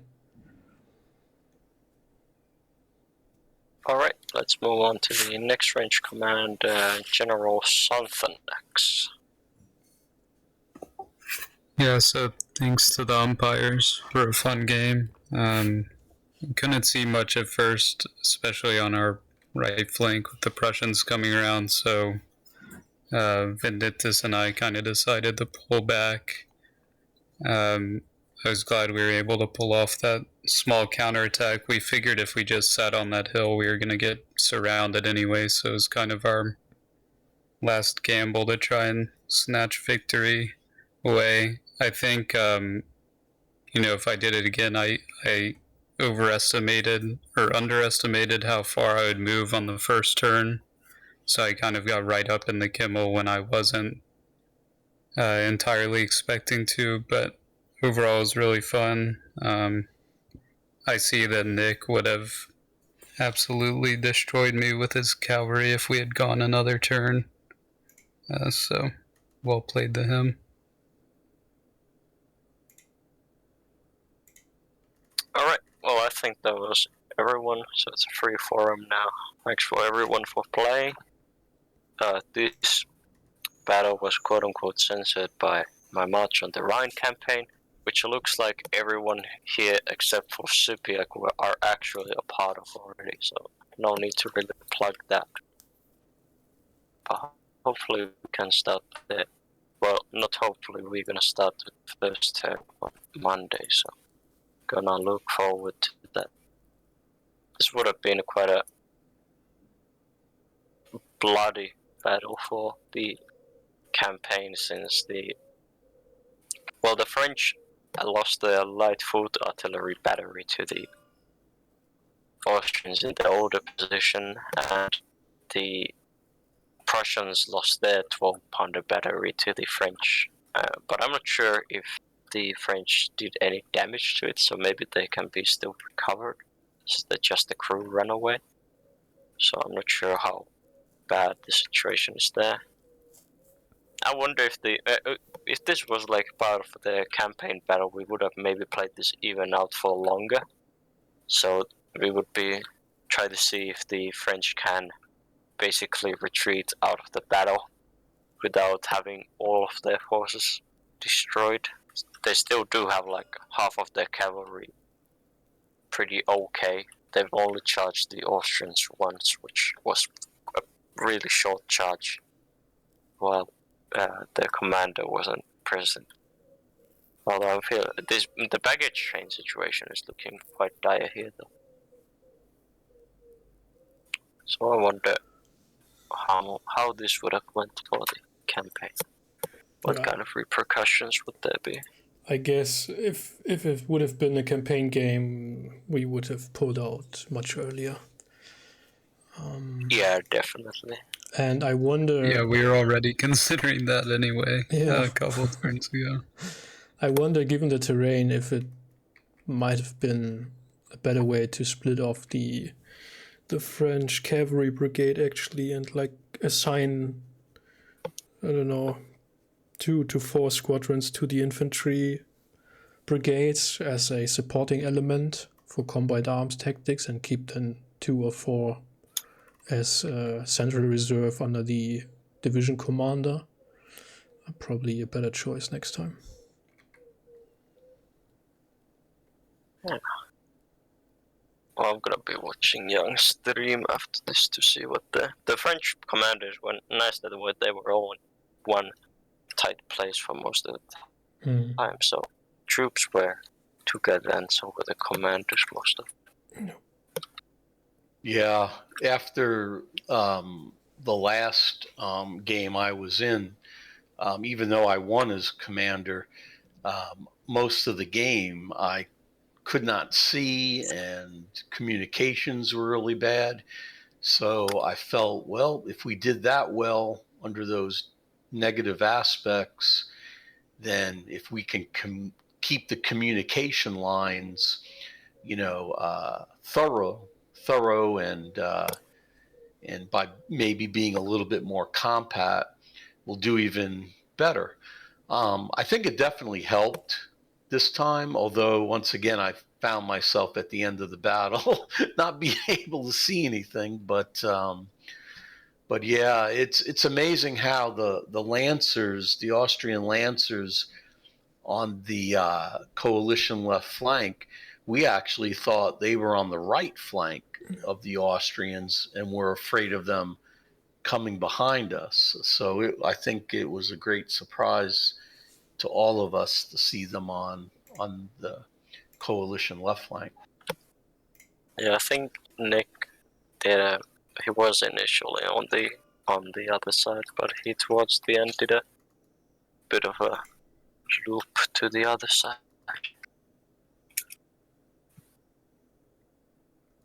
It's funny how. Well, actually, I had played this scenario another time with way less people, like half the player count, but the French were also in that situation really aggressive, and they actually took positions in Erlehof, but this time we're still quite close to the enemy. Well, once I realized that we were going to have the guards of honor, which are basically hussars, and only one brigade and a lot of conscripts, I figured, well, there's no way, our entire army can go head to head with all of the coalition. And I was determined to figure out some way to at least destroy, part of that army, in which the Prussians became the target for that. And we felt really confident about it. And like I said, the one thing we did not anticipate was those Austrian Lancers on the opposite flank.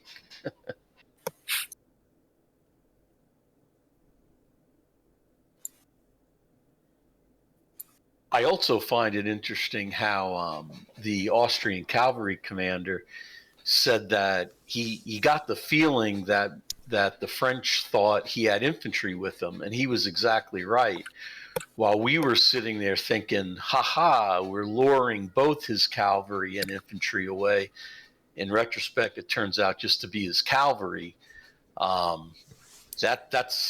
blew my mind, because now that explains where all those Austrians came from on that coalition left, French right, and were so strong. I didn't realize there were that many Austrians on that flank, infantry rather. It was actually quite interesting, the Austrian attack, because it was so. It really seemed to be like coming in waves. Though the Austrians in the beginning of the battle were quite passive of the brigades, just staying in Kemmel defending it. But after the other Austrian brigade began attacking, the other one followed. It was just a steady wave after wave sort of deal. But thanks for everyone for playing. I'm gonna have to go now, but thanks for playing, and hope to see you guys in another game at some point. And also, if anyone ever wants to start umpiring, just hit me up and we can have give some players another chance to play. Since I feel like we're recycling a lot of the umpires they spend. I myself, I don't really care about playing. More fun to umpire, to be honest. This is kind of unfun game, not gonna lie. The players just get screwed, so it's like, why even play? I wanna try as a player. It's so many hours in a row of just stressful stuff, keeping track of so many things. I think I'd rather play by email or just play as a player. Yeah, there's play-by-post games if you wanna play those, but there's also the weekly Saturday game if you wanna play that. Like the one that was hosted yesterday. I must be the true glutton for punishment because for some reason I seem to be enjoying all the stress of being a commander and a player. It's really nice that you can be stressed out in the live games. I feel like I feel like some of the play-by-post games can get easily drawn out. Yeah. So here you have a steady income of stress, I guess. Thank you to you, Otto, and to all the Empire for organizing and running the game. Yes, I know it's a lot of work. It's fine. I reused the scenario. Didn't need much work at all. Yeah, and you didn't get overcome by artillery smoke this time. Yeah, I'm done. I'm gonna go back to work tomorrow, so I'm mostly done with COVID now. Yes, good to hear. Yeah. Good night. Good Hi, night, guys. Well, thank you again. Yeah, thanks a lot. I'll see you in the Rhine. Bye-bye. Bye. Alright, everybody. Thanks a lot. Hope you enjoyed the stream today. Will be uploaded to YouTube, of course, as always. And have a nice evening, everybody. Bye-bye.